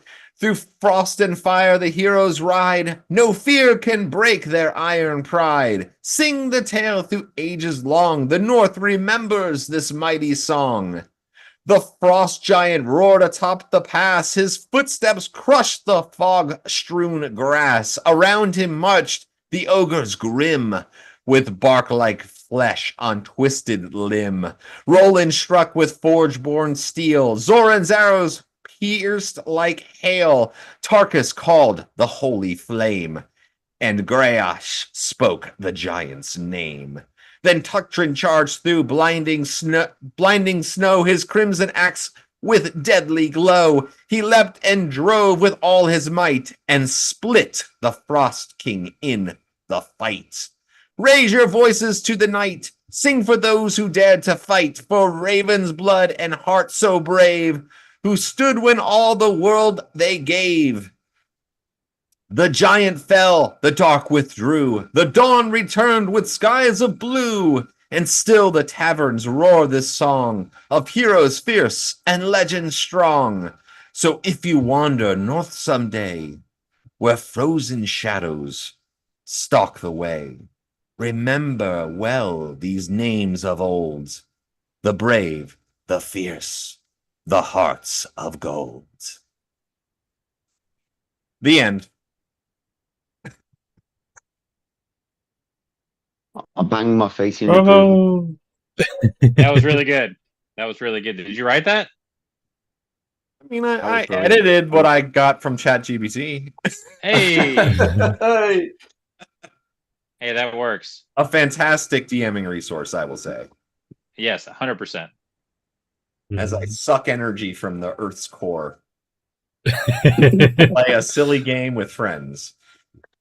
And now play something with less words and more music. Okay, and he does. And he does. And there was a celebratory mood. I Amongst asked Livin, the his opinion crew. of the bard and my wife. What do you think, wife of the bard? Should we have him at the castle? Um, well, now he is a really good singer. I will say that. Yes, And I not like like the that words he belazy makes. old one. That belazy old bard. We had to get rid of him. He seems nice. But you know, she's a woman of action, not a woman of many words. Very well. His song was good. And as we have discussed in the past, it's important that you make your reputation. That will help you in ruling as you grow in power. For I expect for you to one day be king of Sterich. Of course. She gives you a smile. And your son so much more. She rubs He her. will have more advantages than I. For that he should swear lucky to the gods and the old ways.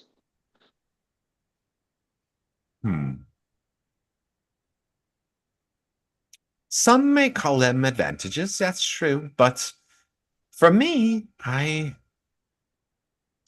strength comes from those who are able to be forged in the fire. Our son must be put through hardship should he wish to gain heights higher than you. Well, you worry about that. And I'll worry about the other. But it is a father's job to turn a boy to the world, not away from it. He will learn much from his mother's people as well, on the rivers and boats.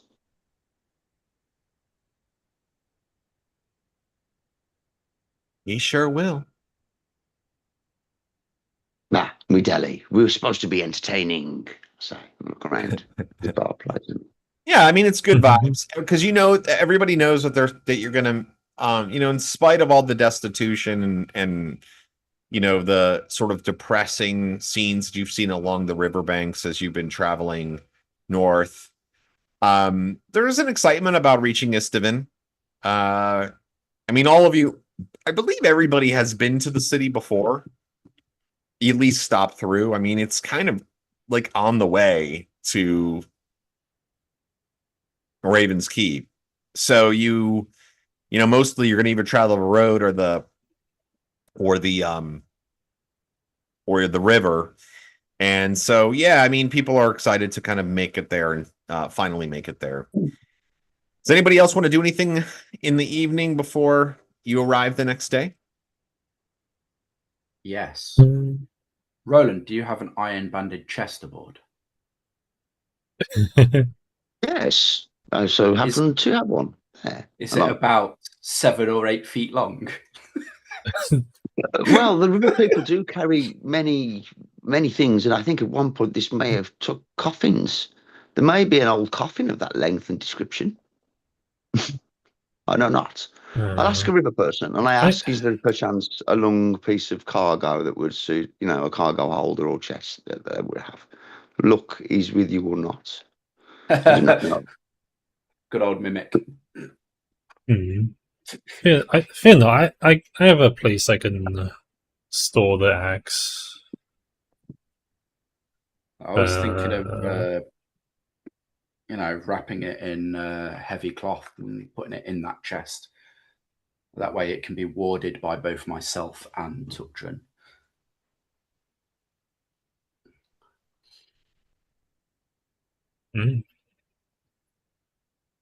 So yeah, if there is a box on board, Yeah. I asked the you want to GM. help me with I that, asked the river Tuktrin? people, is there a box on board or a cargo box or a, you For know? sure. Easy. I mean, there's a lot of stuff on there's a lot of stuff on board. If you remember, they took sort of half the hold and made it into Lavinia, and well, I mean, it's kind of like a master suite, I guess, for Roland and Lavinia. And then the other half of the hold is like, like actual trade goods, like because there had been a lot of there's been a lot of animals and beasts that had been drawn down from the mountains. If you recall, they had been like a particularly there had been a lot of beasts, so there have been a lot of hunters in town. So there's many pelts and things like that that are being taken to the city. And I'll take some thick pelt and throw it over the axe, throw it in a box, and ward it, and we can discuss what we do with it later. But yeah, I'll cast warding on the box, so if it's opened, somebody gets a slap upside the head. All right, yeah. Mm-hmm. And I mean, you can even like put other boxes on top of it and stuff like that, kind of. So people would, I mean, nobody's in the hold when you're traveling, Yeah. People are kind of. I'm more worried, not so much worried about people here, but once we come off of this boat and we take it with, it's, yeah. All right. Well, the next morning, the boat continues to move, and I'm going to take a quick roll on the weather table. Yay. Here. It's really about precipitation more than anything. 42% chance, and there is precipitation. Somebody roll me a percentile.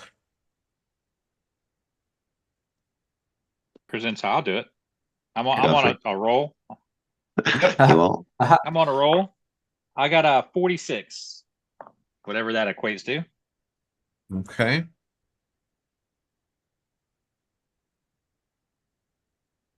All right. It's a light rainstorm. As you're going upriver, putting a damper on the celebratory mood from the night before. Get it? Damper. oh. And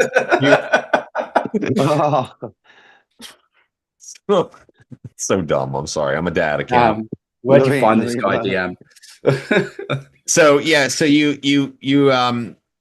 begin to make your final leg of your journey, and first thing you notice is like as you're getting closer that the river, which was mostly a clear river known for good fishing and few pollutants, has become more and more murky. Like there's a lot of like dirty runoff down here. Mm. And when you finally make your final turn, here, let me read this box text for you guys. Having spent the last several days in traveling down the Davish River up to Sterich, capital of Istivin, you've encountered giants and refugees, but nothing has quite prepared you for the sight you see when you come around the final meander before reaching the city's outskirts.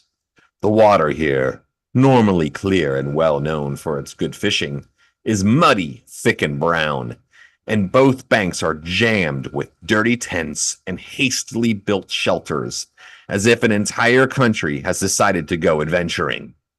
Although a vast stone bridge spans the river closer to the city itself, farther out you see a steady line of rafts and small craft hauling people from the far side to the near. Those aboard appear desperate and destitute, likely carrying all of their life's possessions on their slumped shoulders. As heartbreaking a scene as the refugees present, however, it is the city itself that draws your eyes and your other senses. Where the towers of the Earl's citadel should rise, there is instead a large ebony sphere, as if a god had taken the city and left in its place a huge black pearl. The hemisphere cuts through the city around the citadel like a knife, and buildings are literally cut in two by the perimeter of the black bubble. Moreover, the sphere seems to exude an energy of some type, causing your hairs to stand on end and your skin to tingle. A small boat bearing a trio of lion-marked guards approaches the water lily, with their captain raising a hand in greeting with little warmth in his eyes. The hell? Okay. Marcus will approach and raise a hand in greeting in return. Meanwhile, I'm looking at this orb in the distance, like, what on earth is that? Oh, there. I'm sorry, wait a second. We're German. Ho there.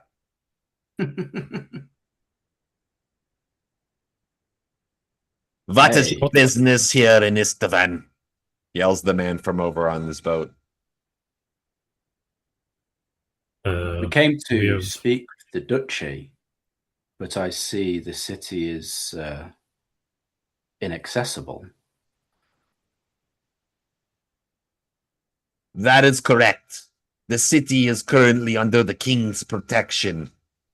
No looters or trespassers are permitted. If you wish access, you must go to the king's agents.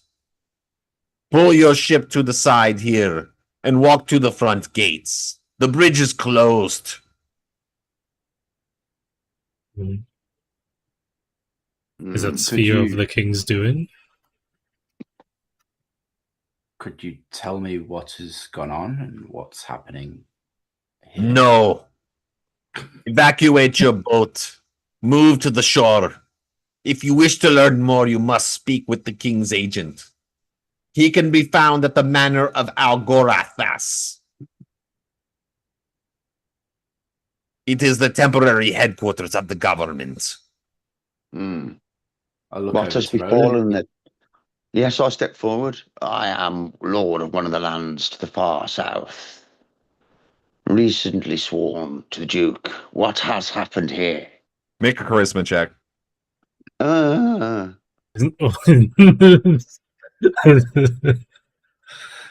Sorry, he's got really good charisma.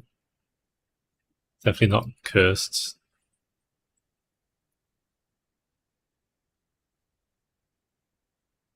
Oh, he disappeared. Oh, he must have been rolling and he's like, no, I can't do it. I just can't do it. How do I roll a 1 on charisma? Fuck. You know what? I'll grab a drink out of the fridge right here real quick while he's coming back on. Here we go. That's how the charisma. You know, like you try to talk to someone, but like your charisma's so bad they just don't even notice you. That's what's just happened. One just Sorry ceased about to that. exist. 18. Oh, yeah.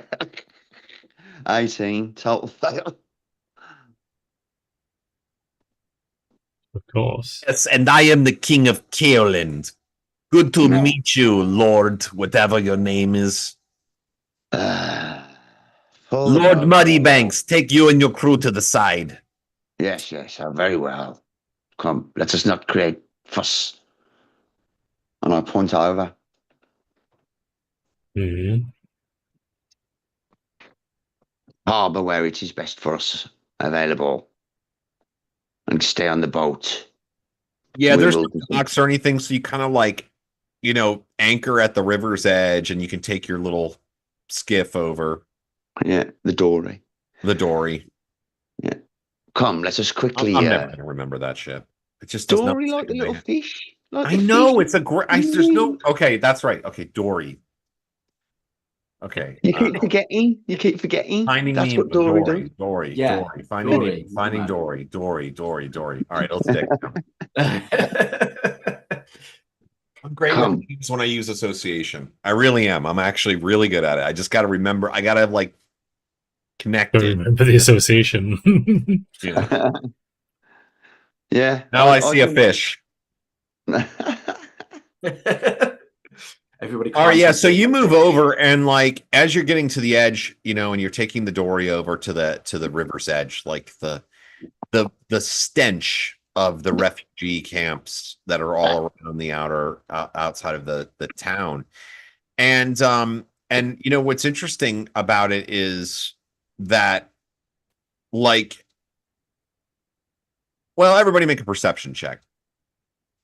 It can't be much worse than us right now. We've been traveling for days on the river. Oop, I failed.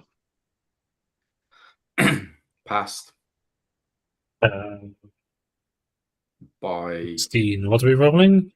Perception. 8. Perception. No, over. Fail. You failed too. Yeah, fail. All right, so only Tarkus notices that the people here who are outside of the walls, I mean, they look like city folk to you. Like there. I mean, sure, there are some non-locals who have come in here, but a lot of them look like people that are they've been displaced, likely from the city, which is about halfway covered by this giant sphere. Yeah, Giant fucking black sphere. Great Ash. What in Thorgrim's beard is this? And I point at the fucking sphere. That's what I'm trying to figure out. Do you not know what it is from your magics? Uh, But go ahead and make a spellcraft check. Hopefully, it's not a giant orb of what's it? The orb of disintegration or Annihilation. annihilation. Yeah. That was a 19. Amazing. Absolute That's perfect. sphere I know of We have nothing. no clue what it is. It's Yeah. a total mystery. If I could get closer to it, maybe I could investigate it. But it's just void. The light's not reflecting off it or anything, right? It's just there. It just is. Well, this has gone to shit. I say as we get onto land. Is it like No the whole kidding. city? It's about half the center half of the city. You know what I mean? He's Yeah. sieging, isn't he, Grash? So the city He's is it's a riverfront city. And I'll kind of describe it more. There's a bit of a rise at the center. Well, there was, you remember coming through here before, there was a rise at the center of the city, which is completely obscured now, that upon which sat, what is it called? Get it right here. High Spire Citadel, which was the Earl's Citadel, Earl Cochard, his citadel at the top of this sort of like the highest point of the city. Not that it was like that high up. There was a bit of a rise. And then kind of like built around that, as typically happens, there were kind of like the most well-to-do region of the city, like many of like the mansions and a couple of like there was like a university, that kind of stuff. fucking hell, man. And then from outside, further out is what has been built It's up fucking new. Beirut. Yeah, there is some new money in the town as well, because trade has become, has really taken off in the last, decade or so. And so, there still are a number of like larger houses and stuff like that. The city itself has areas of wall, but it's not encircled in walls. There's some along the river's edge, and then there's a huge sort of like local feature that draws people's attention. The Bridge of Seven Arches. Ooh. Just this massive stone bridge that connects the city to the eastern bank of the Davish River. And each of the arches is carved with these ancient runes, which are rumored to ward off against floods, but then also darker creatures that sometimes may emerge from rivers in, D&D fantasy worlds. Just like London. So there's this there's this big bridge, and right now you can see that there's also right near the bridge is the Riverwatch Tower, which is a huge fortified watchtower that's like right near the bridge that overlooks that water area. But you can even see across the bridge, which would normally be full of foot traffic. You know, that's the sort of the main way people come into the city. There is a there are guards patrolling it, and nobody's being allowed to cross other than, you know, agents of the Earl or whoever is currently in charge, perhaps the kingdom of Keeland, as it seems to be implied. You've gotten off the boat, and it's really nothing but mud. I mean, it's raining right now. There's all of this destitution, these campsites and lean-tos and ramshackle shelters, and just a wash of humanity without Rob, very many services. Yeah. Rob, if sections of these people wanted to come to my land, how long would it take them to walk along following the river? Too far. Weeks. To get all the Would it way be like to your land, Oregon about 10 Trail? days. 10 days. 10. But if we had outposts of rangers or every like other day. Anyway, I'm just 10 thinking days would reach practically. the edge of your lands, and then probably like another day or two to reach Hollowborough and, you know, Yeah, but Sybilis. that's what I'm saying. But if we could form militias from the men, and then we could go like send them back in clumps, and like after a day's travel, stop and leave 30 men or 20 men, and then go again, leave 20 men, so we can form like a chain of every other day and try to route back as many as they come into my land. I'll have refugees because they'll work and dig and farm and stuff. Mm-hmm. Send me all your refugees. So I just I look mean, around. Hollowborough's already become a place that's attracting ambitious sort of risk takers. Because I mean, you've described know, on our travels that people have been going that direction yeah. all the way up I'm here. going to do a rusher, man. I'm going to pull all my forces back and get as many fucking folk in as I can. That's my plan. And fucking build fucking defences. So I look around with sadness at the tragedy of war once again, as I've seen many times as a fully trained myrmidon, or myrmidon, that's what he said. Yeah, the refuge of war. I see it like a young child, and that's about the age that I joined, like 8, 9, when I signed up to a mercenary unit. I look over at him like probably Yeah, without his mum. you see like one of the guards, you know, they have that lion.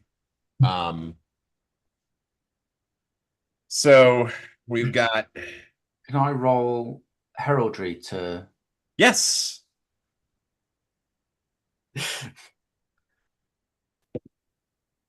5 heraldries in 0 pass? I just noticed that it actually has somebody's name is written in the top of this thing folder. It says Robert Graham, February 1981. I wonder if he still plays D&D. Well, you've got all his books, so obviously not. He might be dead. You might have to use speak with dead man to sort to him. No, Funny. not funny. 3 is Barrich, which is Hmm. Did Graham so tell you're me what it seeing was? you see the Black and Red Lion. yeah, and then you also mostly that, but also you know that this is the symbol of Kaeland, Yeah. and Serich is a vassal state of Kaeland, and you can see here and there are there are these kind of guards walking around, but here and there are those who are wearing the standard of Hareland, and they seem to be the ones who are really in charge. And you see one of the Starich clad warriors, like, breaking up a fight over some food in one spot. Over a loaf of bread. Yeah, like, and as you're like walking through, Mm. you're please, we need food. Help us. Help us. My Johnny, has anyone seen my Johnny? Stuff like that. It's happening all around you. Yeah, and so you follow the muddy path, and there's lots of people who are trying to get into the city, and the guards seem to be very selective. They're not just letting in like destitute hobos, so there are some, merchants who have managed to make it over. There are some people who are more finely dressed, and then there's you guys.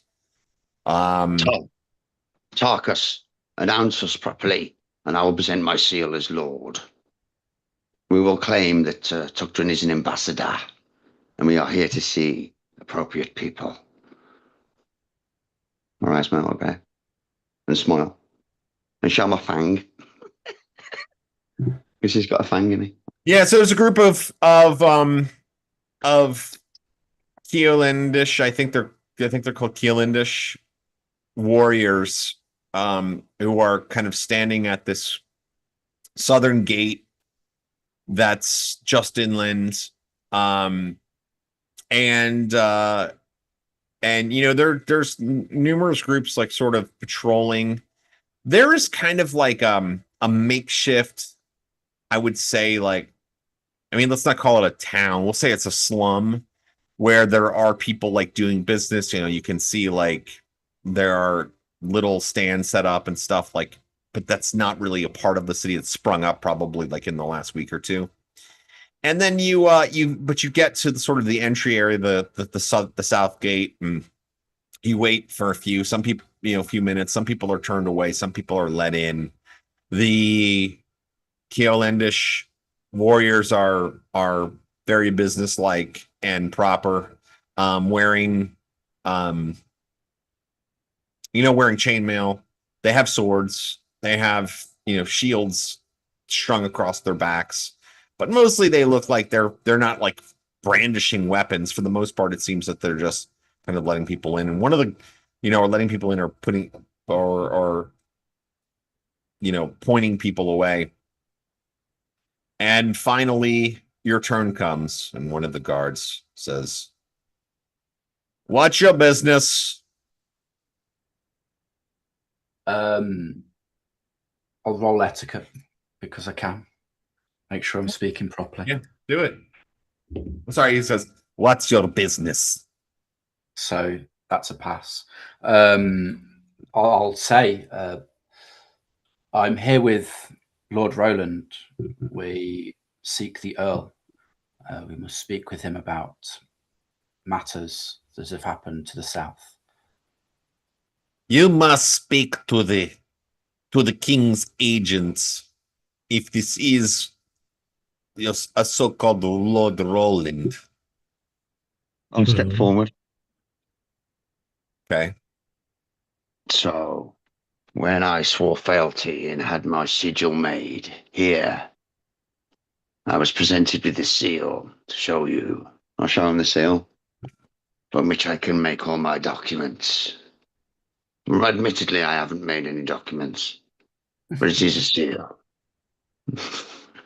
And we come here with important tactical news about the war that is impending.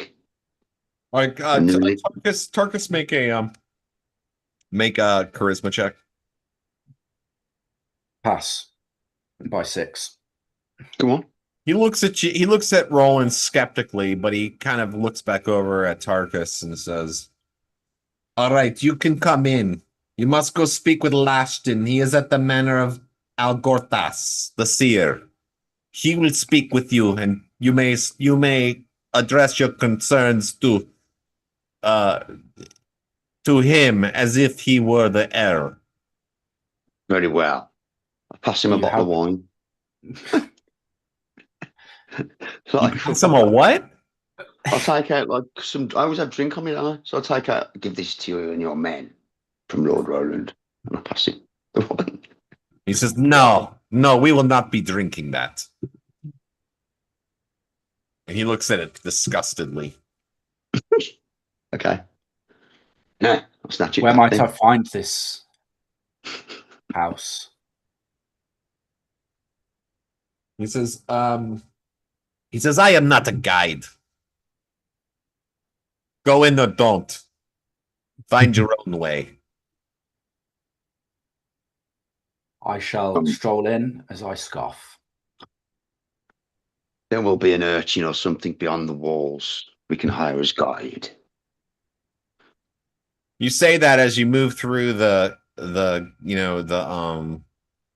don't know what you call it. It's not the gatehouse, but it's like the It's you like know our yeah, where they death gate. murder holes and shit, like they Yeah, when they and fucking and so you move through there, and there is not an urchin. There are many urchins. Once Holy you're shit. inside of the gates, like they kind of like storm you, and if you've ever been, it's like you're at an amusement park and like all the fucking people come up on you. So you you make your way in and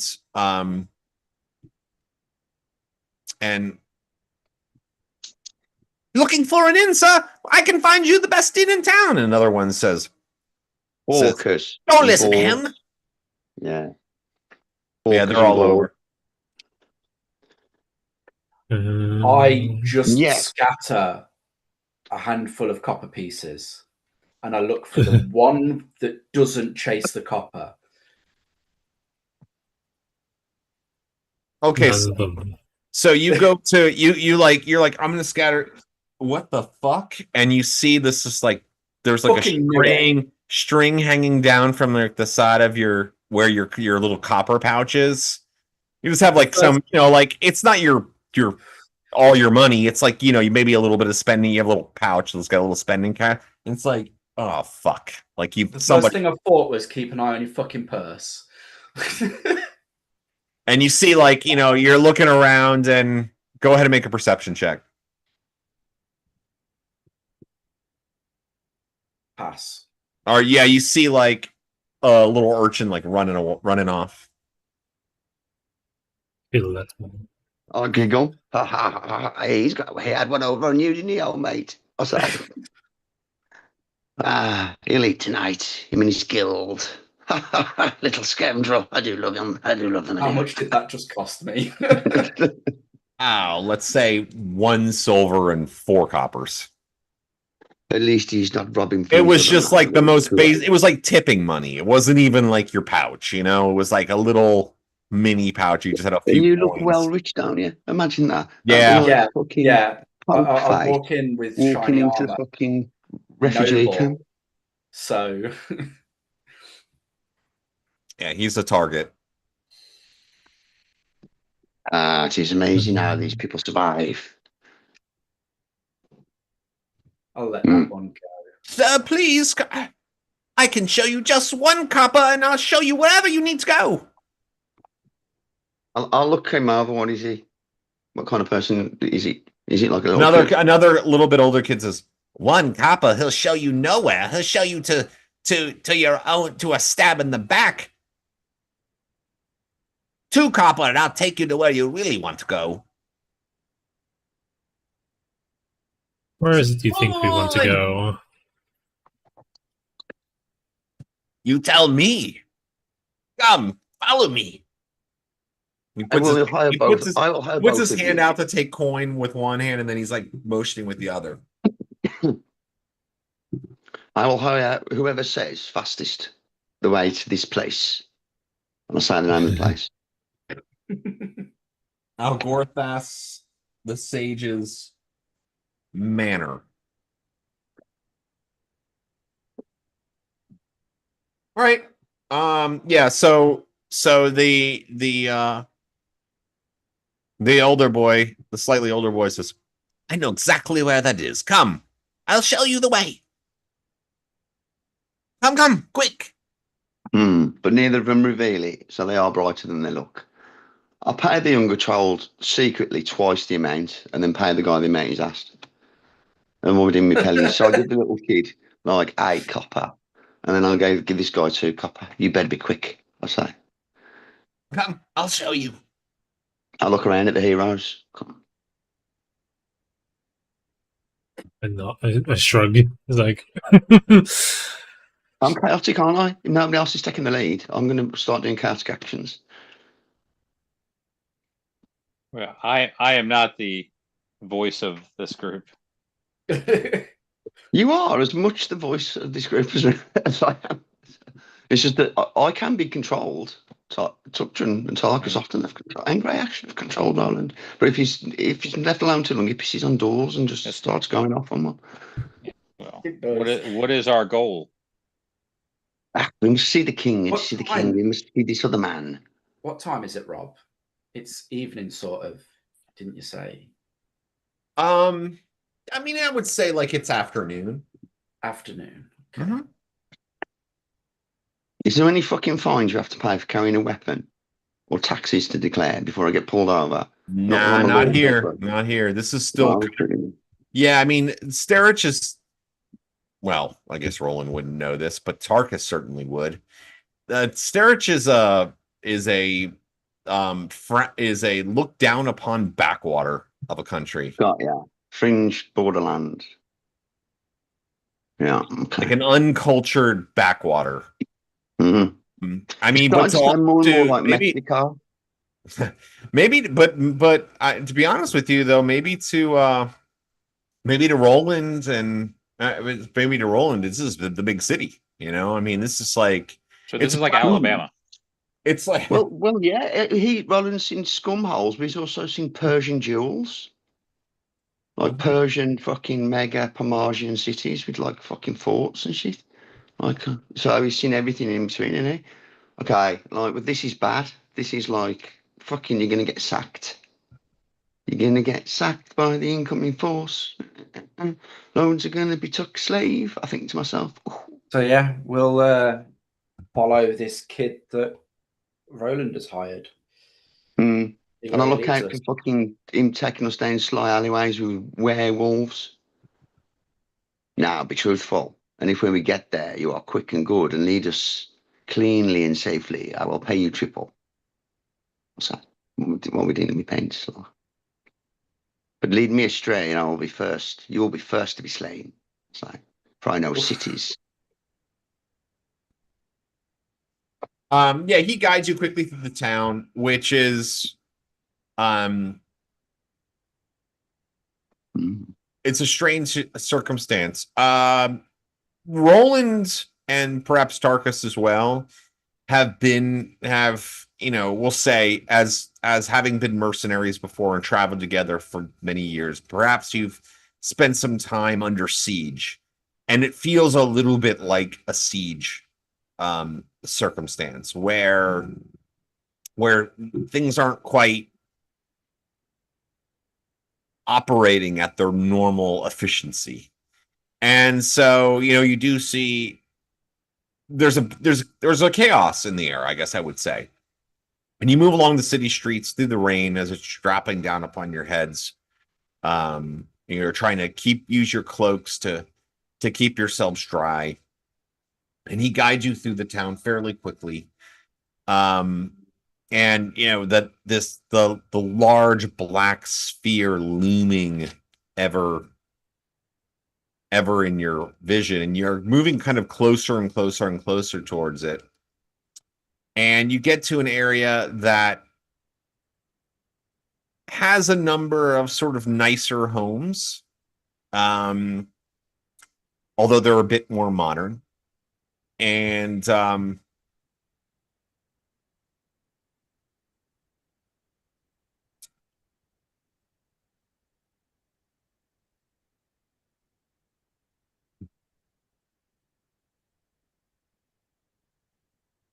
The DM broke. okay, so let me guide the description of the manor house. So you get to Algorthas's manor house, And it is a strange architecture.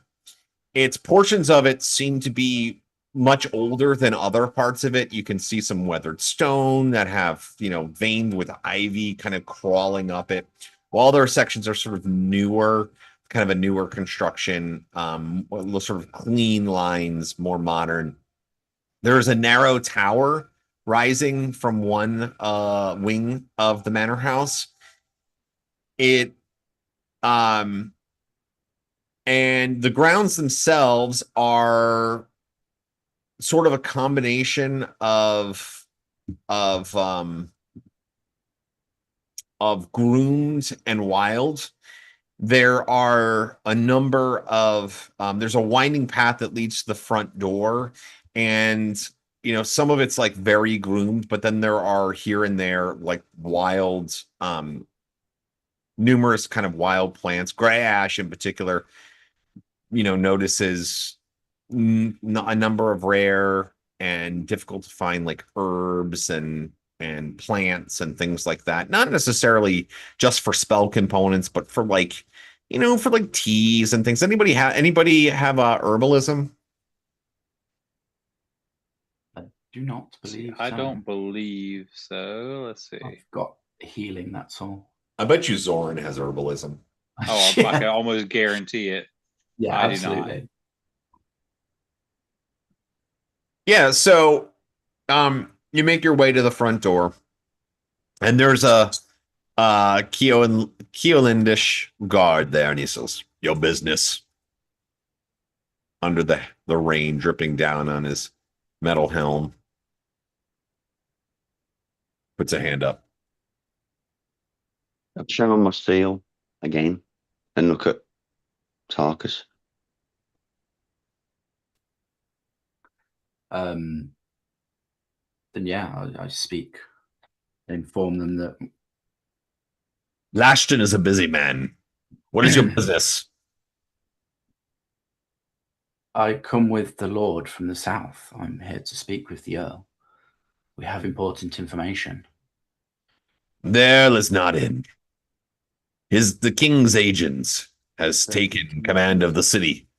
The King's agent is the next authority then. That will more than fulfill our duty.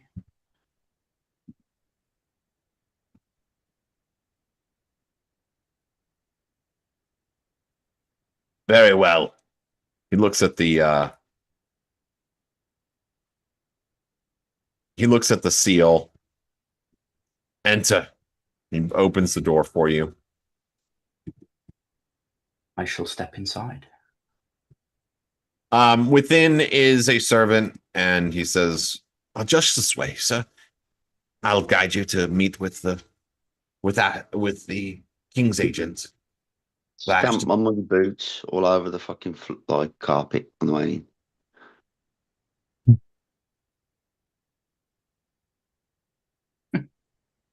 He says, please, if you could tell me your name so that I might properly introduce yourselves. You to them. I am Tarkus Morningstar, here at the behest of Lord Roland Ravensblood. I bring with me Grey Ash, the Great Wizard, and Tukdren, Aldregard, if I remember correctly, a priest from the mountains.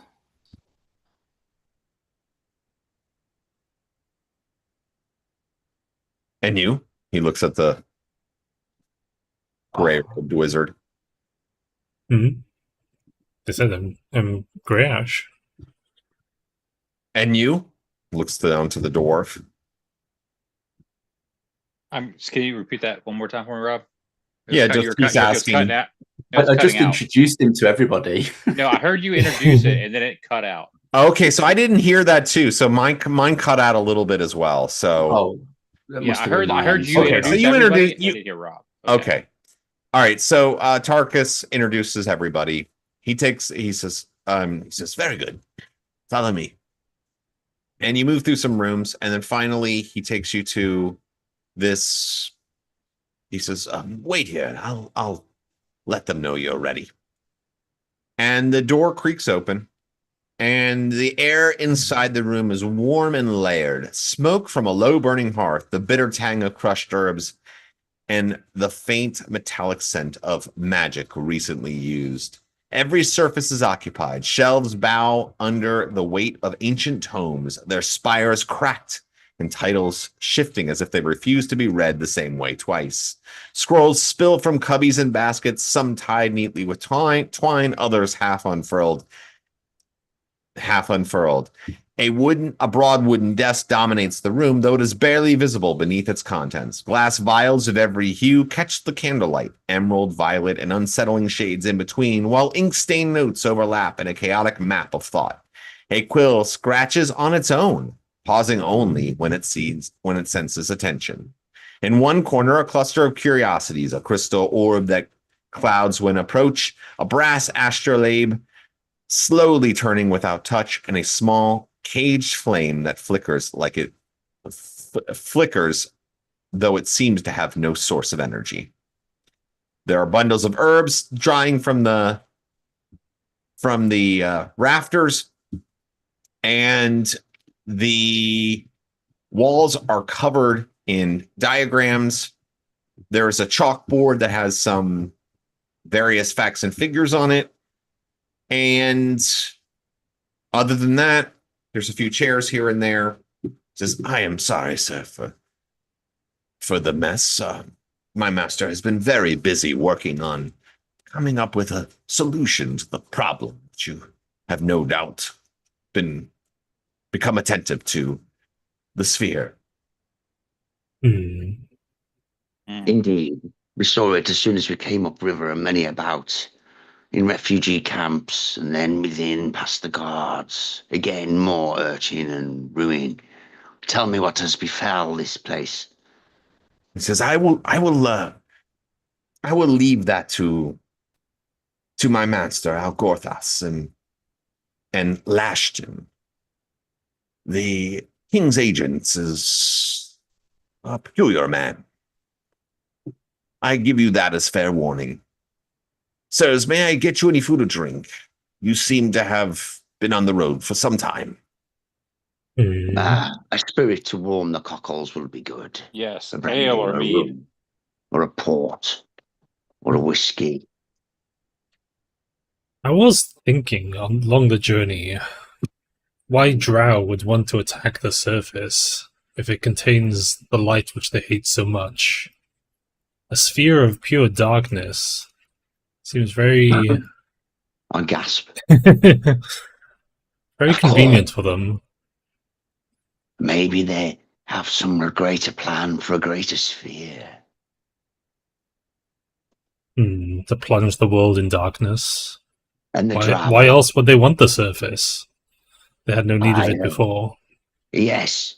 An old Asiatic Pomeranian once spoke of similar to the Drow, saying that they pop up in places because they live beneath the ground, which is a common knowledge in it. They live beneath the ground, if you know them. Yes. Yeah. So as they could pop up in a place, and then you know what I'm trying to say? I'll scratch my head. I was not explaining theories very well.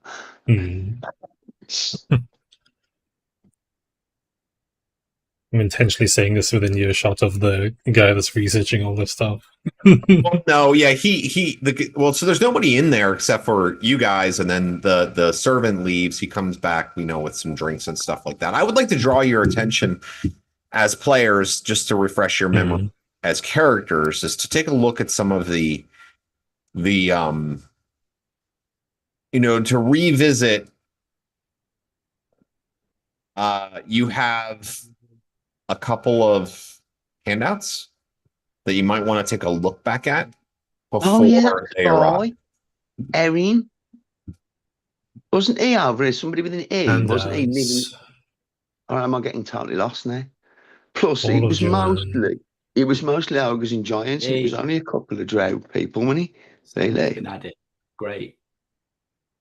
Slave that stressing his cause of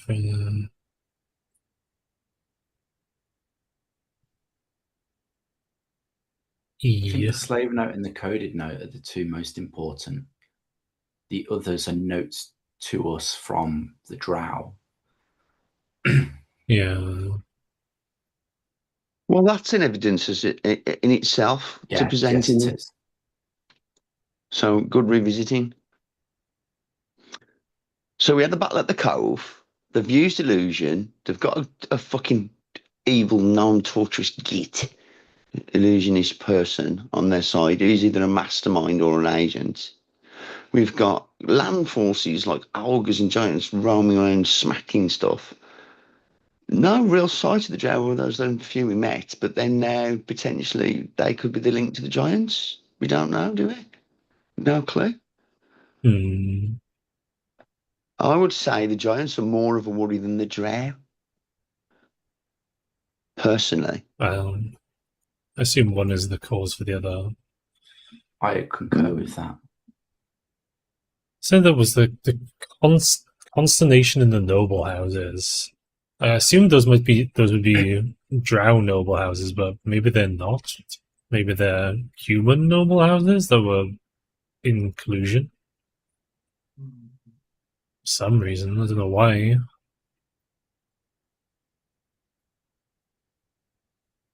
Hmm. Indeed. See. And All right, so you're having this discussion, and then you hear my cat, so I can actually see the notes. yeah, they're all like blacked out. Right. Or is that just me? The notes? No, they're not. That's just you. Yeah. All right. For some The image reason, is not loading for you at the moment. yeah, it's like the panel, the pop-up is coming up, but everything is dark on the background. Hold on, let me try to figure this out. Yeah, that shouldn't be happening. I don't know about you, Dom, but I've been having some intermittent internet issues here. I think because of the storm, Same. and I know Amanda couldn't even get on. So and she's on the island. I know you and I are on the mainland, you might say, but nevertheless. All right, so let's see here. This here. The door opens and two men come walking in. You see a bald-headed, somewhat chubby, 50-something human.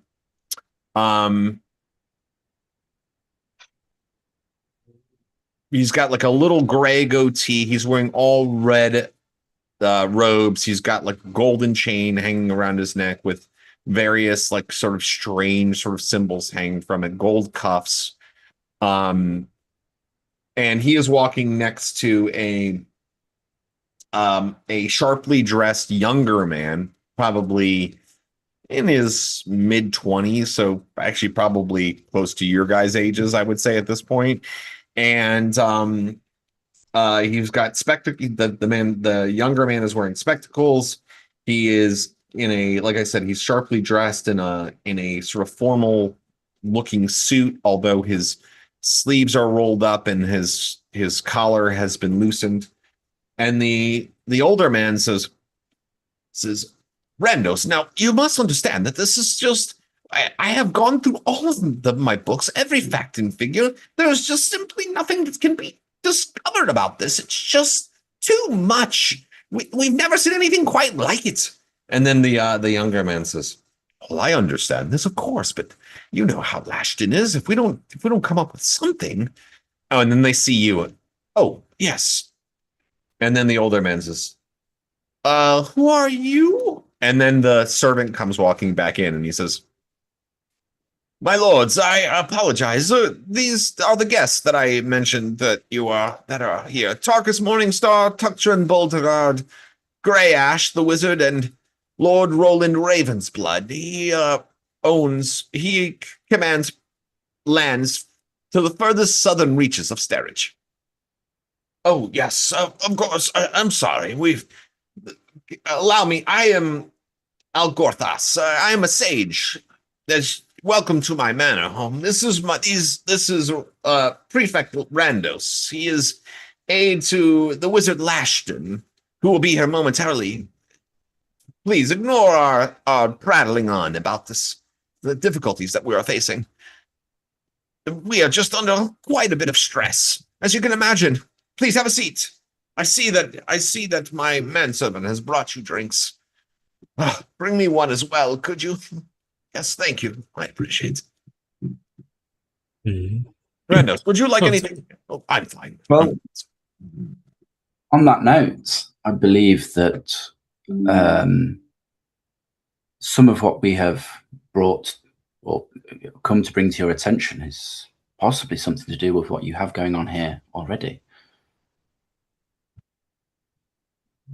At that moment, a third figure walks in.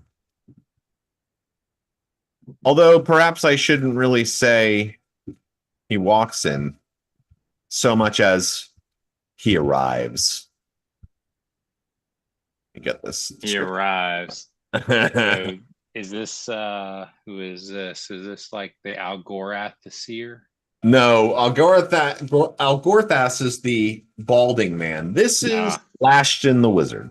His robes are immaculate and excessive, layered in deep hues, threaded with subtle enchantments that shimmer when he moves. Symbols of mastery, arcane symbols, rare metals, and spell-woven fabrics adorn him not for utility, but for recognition. His staff, while undeniably powerful, is held less as a tool and more as a declaration.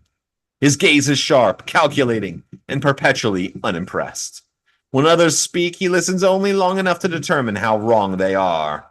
There is always a faint curl at the edge of his mouth, not quite a smile, but a quiet acknowledgement that he has already surpassed whatever challenge is being discussed.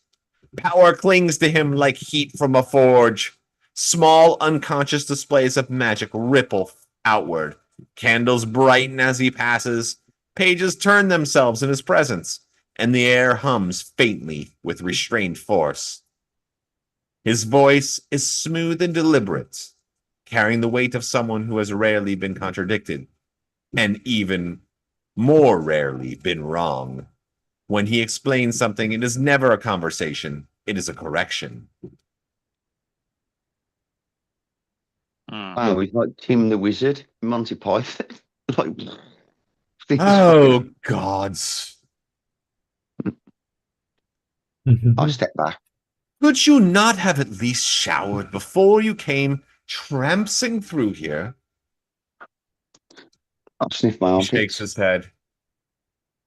What do you have? He walks over to whoever has the notes, probably Grey Ash. It's a pretty good guess. Probably. Yeah, it's a solid guess. Unless you stop him, he literally grabs them from your hands. Let him grab the note. I'm looking. Out of your hands and turns his back to Grey Ash as he looks at them. Uh-oh. Cheeky. He spotted the wizard in the room. Yes, He's yes, like, yes. fuck this. Tell him off. Bro. How rude. That's that. You're right. It is quite rude of you to come in such a condition. But since you're already here, Algorthas, tell them what they need to know. I apologize in advance. As you know, these modules have very long box text, so I must read this. It's chilling. Oh, yes, of course, my lord. Lord Lashton. Yes, the nation of Starich has always had to deal with the dangers of the non-human populations of the Christabis Mountains, which make up our western border, as you well know, Lord Roland.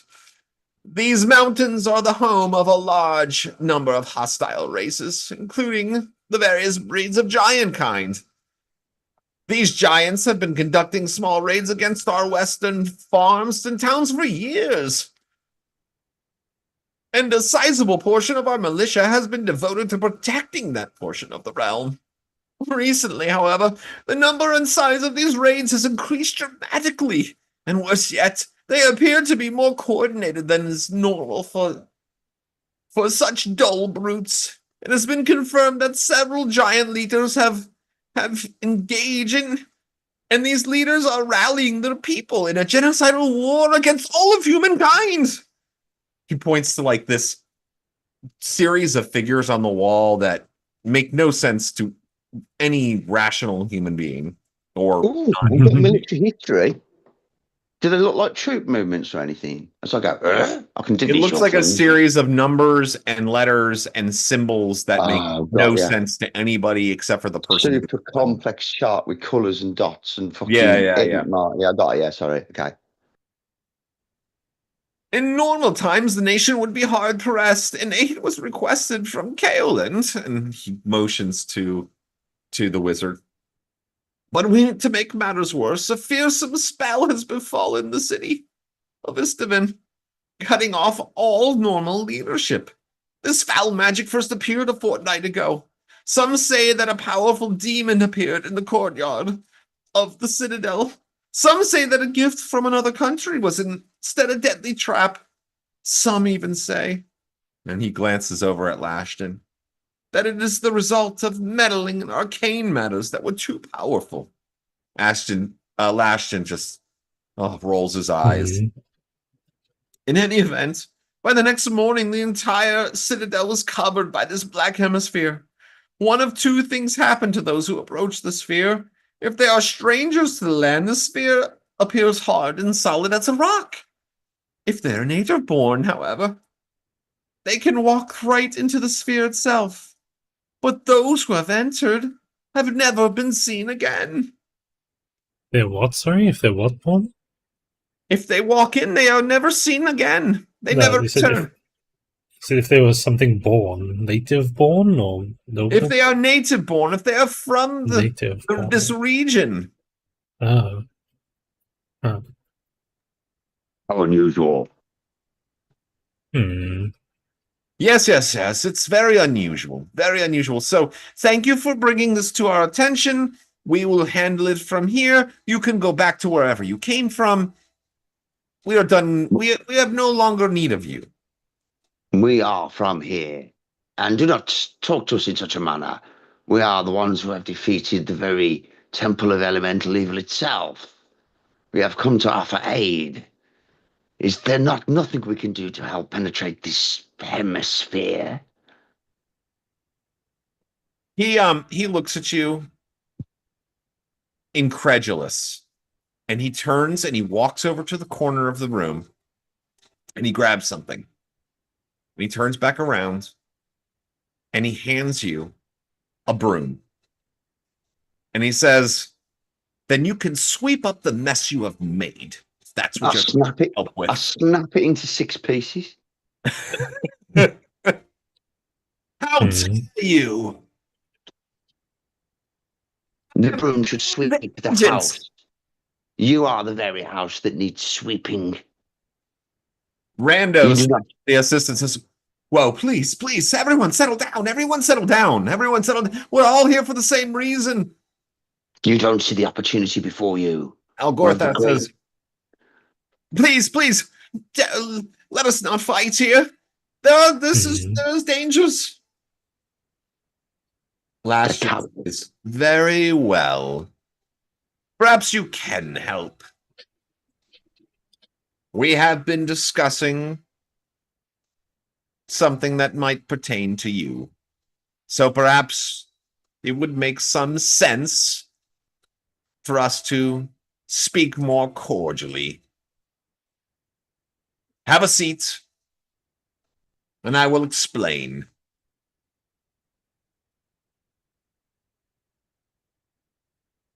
Okay, I sit down. It's like I'll drag the chair up and sit on it backwards. Across the rug and sit down. I will sit down and be like, as like I was saying earlier, but I feel like I need to say it again. It's like, you listed all the suspects. Does no one suspect the drow? You have brought a few pieces of paper that say something about the drow. Surely we can add them to our list of suspects. But as of now, there has been no direct assaults on anyone that is of greater impact and import than the giants. For they are ravaging entire townships and the countryside, Surely I you would- can see that Yes. somehow Yeah, well, through your dim-witted. And then Randos looks over at him and he says, through your collective wisdom. Yes, we recently ran into one called Johan, who we put down. Gorthos says, Uh, Johan? You mean the frost giant? Johan? yes. aye, we have a bard who sings about it. It is due And I- to turn into a popular music. And Rob, I very quickly and abruptly pull out my holy axe and say, and he was slain with this axe. What of him? They step back. Even Lashton looks like he makes a few motions with his fingers. And then I kind of smirk and put it away. He looks Mhm. over at Algorthas and Randos and he says, perhaps you are the right people for us then. And Well- for evidence of the drow, unsheath the sword, the magical black flames going down its length.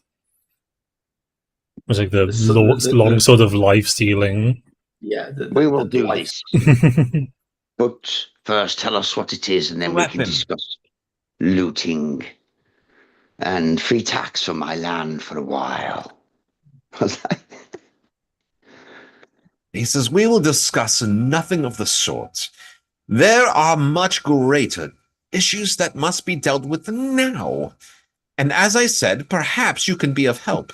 And should you be of help, which is your duty as a lord in the country of Sterich, which is in fact a vassal state of Kaoland, for which I am an agent, you shall do what I say, because it is what I say, and I am the word of the king. But perhaps if you do this and you return successfully, we can discuss other matters. Now, perhaps you can quiet your voice for a moment so that I might be able to explain the situation in a way that you might be able to comprehend. I promise I will use small words. You push it. I grumble and remain quiet. He says, Algorthas? Yes, as Lashton was saying, as the king's agent Lashton was saying, we have our intelligence has pointed to a specific region in the south of Sterich that we believe that there is, perhaps at great cost to our agents, that perhaps there is a steading of sorts, a giant steading of sorts, from which they are launching many of their attacks. We have some evidence of this in the mountain range to the south, not too far from where your keep lies, your lands themselves. Yes, come here. Let us take a look at this map, says Lashton. I will explain it to you. Now, if you look here, you see this letter here. I know you do not read, but I will explain it to you. This letter with this curving mark, this means this is the letter N, and it stands for north. Here is the letter S, which stands for south. That is where your lands lie.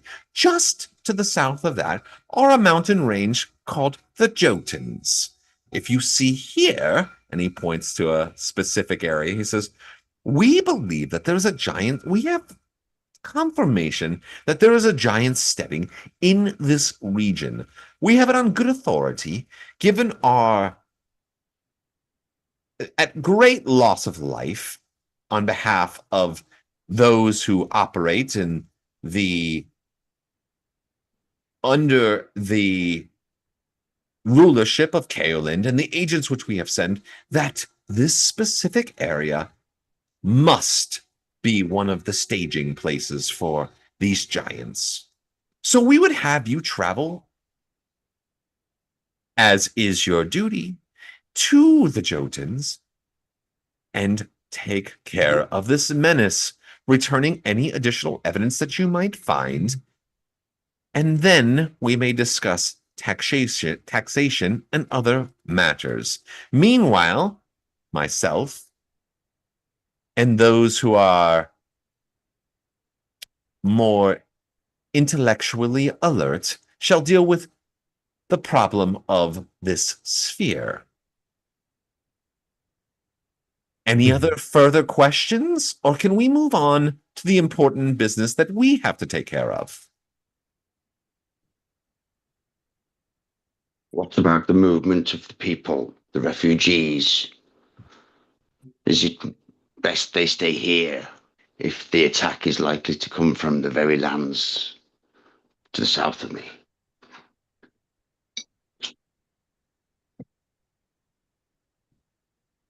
He looks at Randos. He says, I am trying my best to remain calm in the face of this idiocy. Do you see what I have to deal with here? Do you see what I must deal? He says, yes, sir, I understand. I apologize that we must do this. Algorthos says, we are doing our best to deal with the refugee problem. We understand this, but our first issue is we must deal with the giants so that the refugee problem is not increased. We must deal with that first and foremost. Are you going to accept our mission or not, please? And we're going to stop right there. I feel like I want to give you some opportunity to think about what you might want to do and how you want to approach this further. Yeah.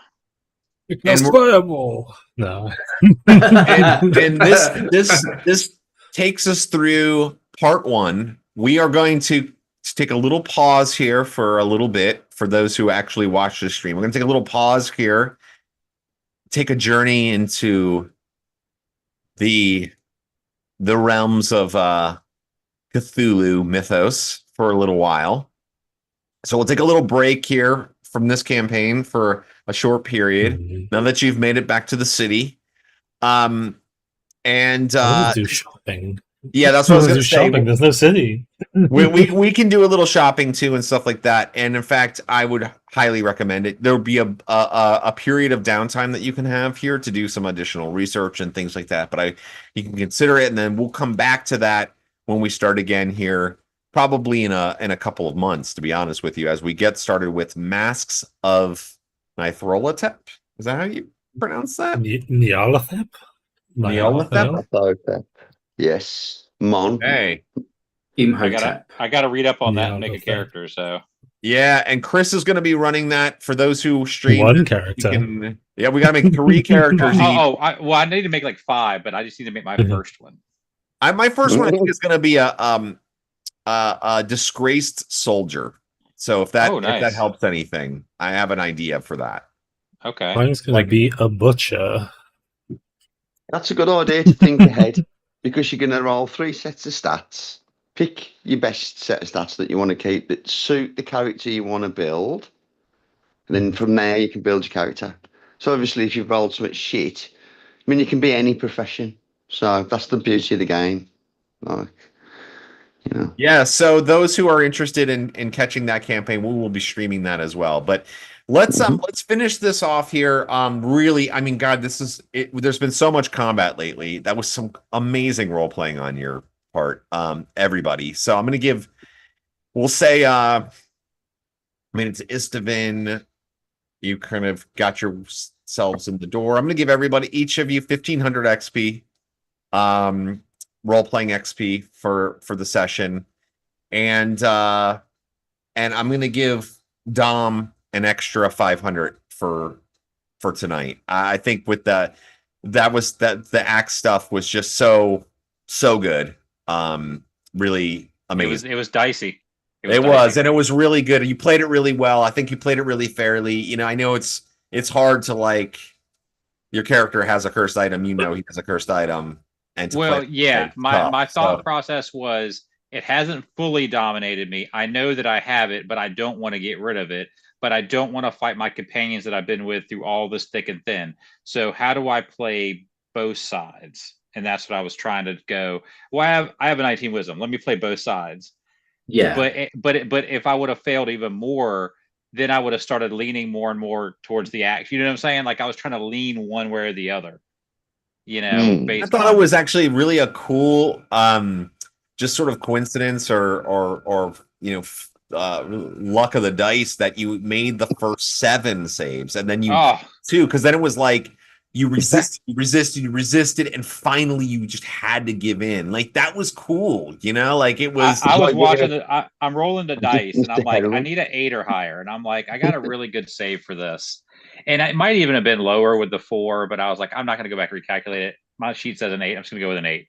And I was like, okay, 8s, 10s, 13s, 15s, 17s. I'm all over the place above an 8. And then the last 2 is like 2 and 7. And I'm like, okay, here we go. That's good stuff, though. I mean, failure, that's the one thing Well, it makes it fun. Yeah, definitely, especially in role-playing circumstances. You know what I mean? Because your character's not going to probably die, but you get to play out cool role-playing stuff. And so, yeah, and you did a great job. And I try to do that as much as I can, give you guys the chance to, like, actually make, take a little bit of narrative control. And it was nice to sit back and actually just enjoy you guys role-playing that scene out, because that was just such a great between Tarkus and Tuck Trick, man. yeah, That 'cause was such a good scene. I really did not So want to get tense. into it. I was like, oh God.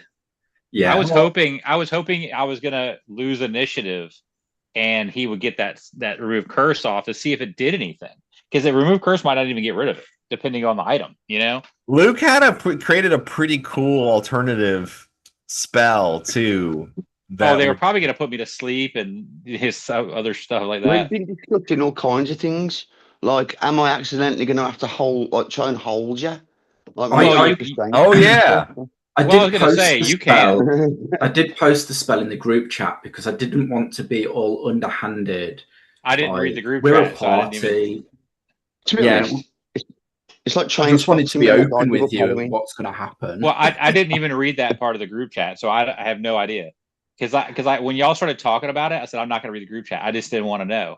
But I'm thinking in my mind, I was like, they're going to cast a spell on me to knock me out, or something like that, or a whole person, or something like that, or as a fail safe, I was like, Roland can definitely restrain me, and I was like, Roland will probably restrain me, and then and then from there they do what they got to do, and then of course you got Gray Ash over there with all kind of magical trickeries, But he and might if they accidentally explode you or turn you into Well- a banana well, or I mean- That can something. happen. well, I mean, if push came to shove, there's no way I'm fighting the whole party. It's just not going to happen. Exactly, Yeah. yeah, exactly. You It was well played by the team that none of us Yeah, really everybody wanted was to good. Everybody Yeah, did a good hobo job. it. No, it's good. I enjoyed it.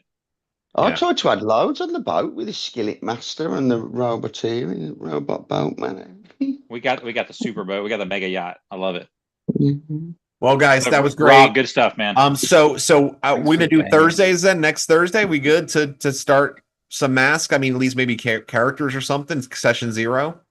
Yeah, we Maybe. can do like a section -1 where we just all roll up our characters together.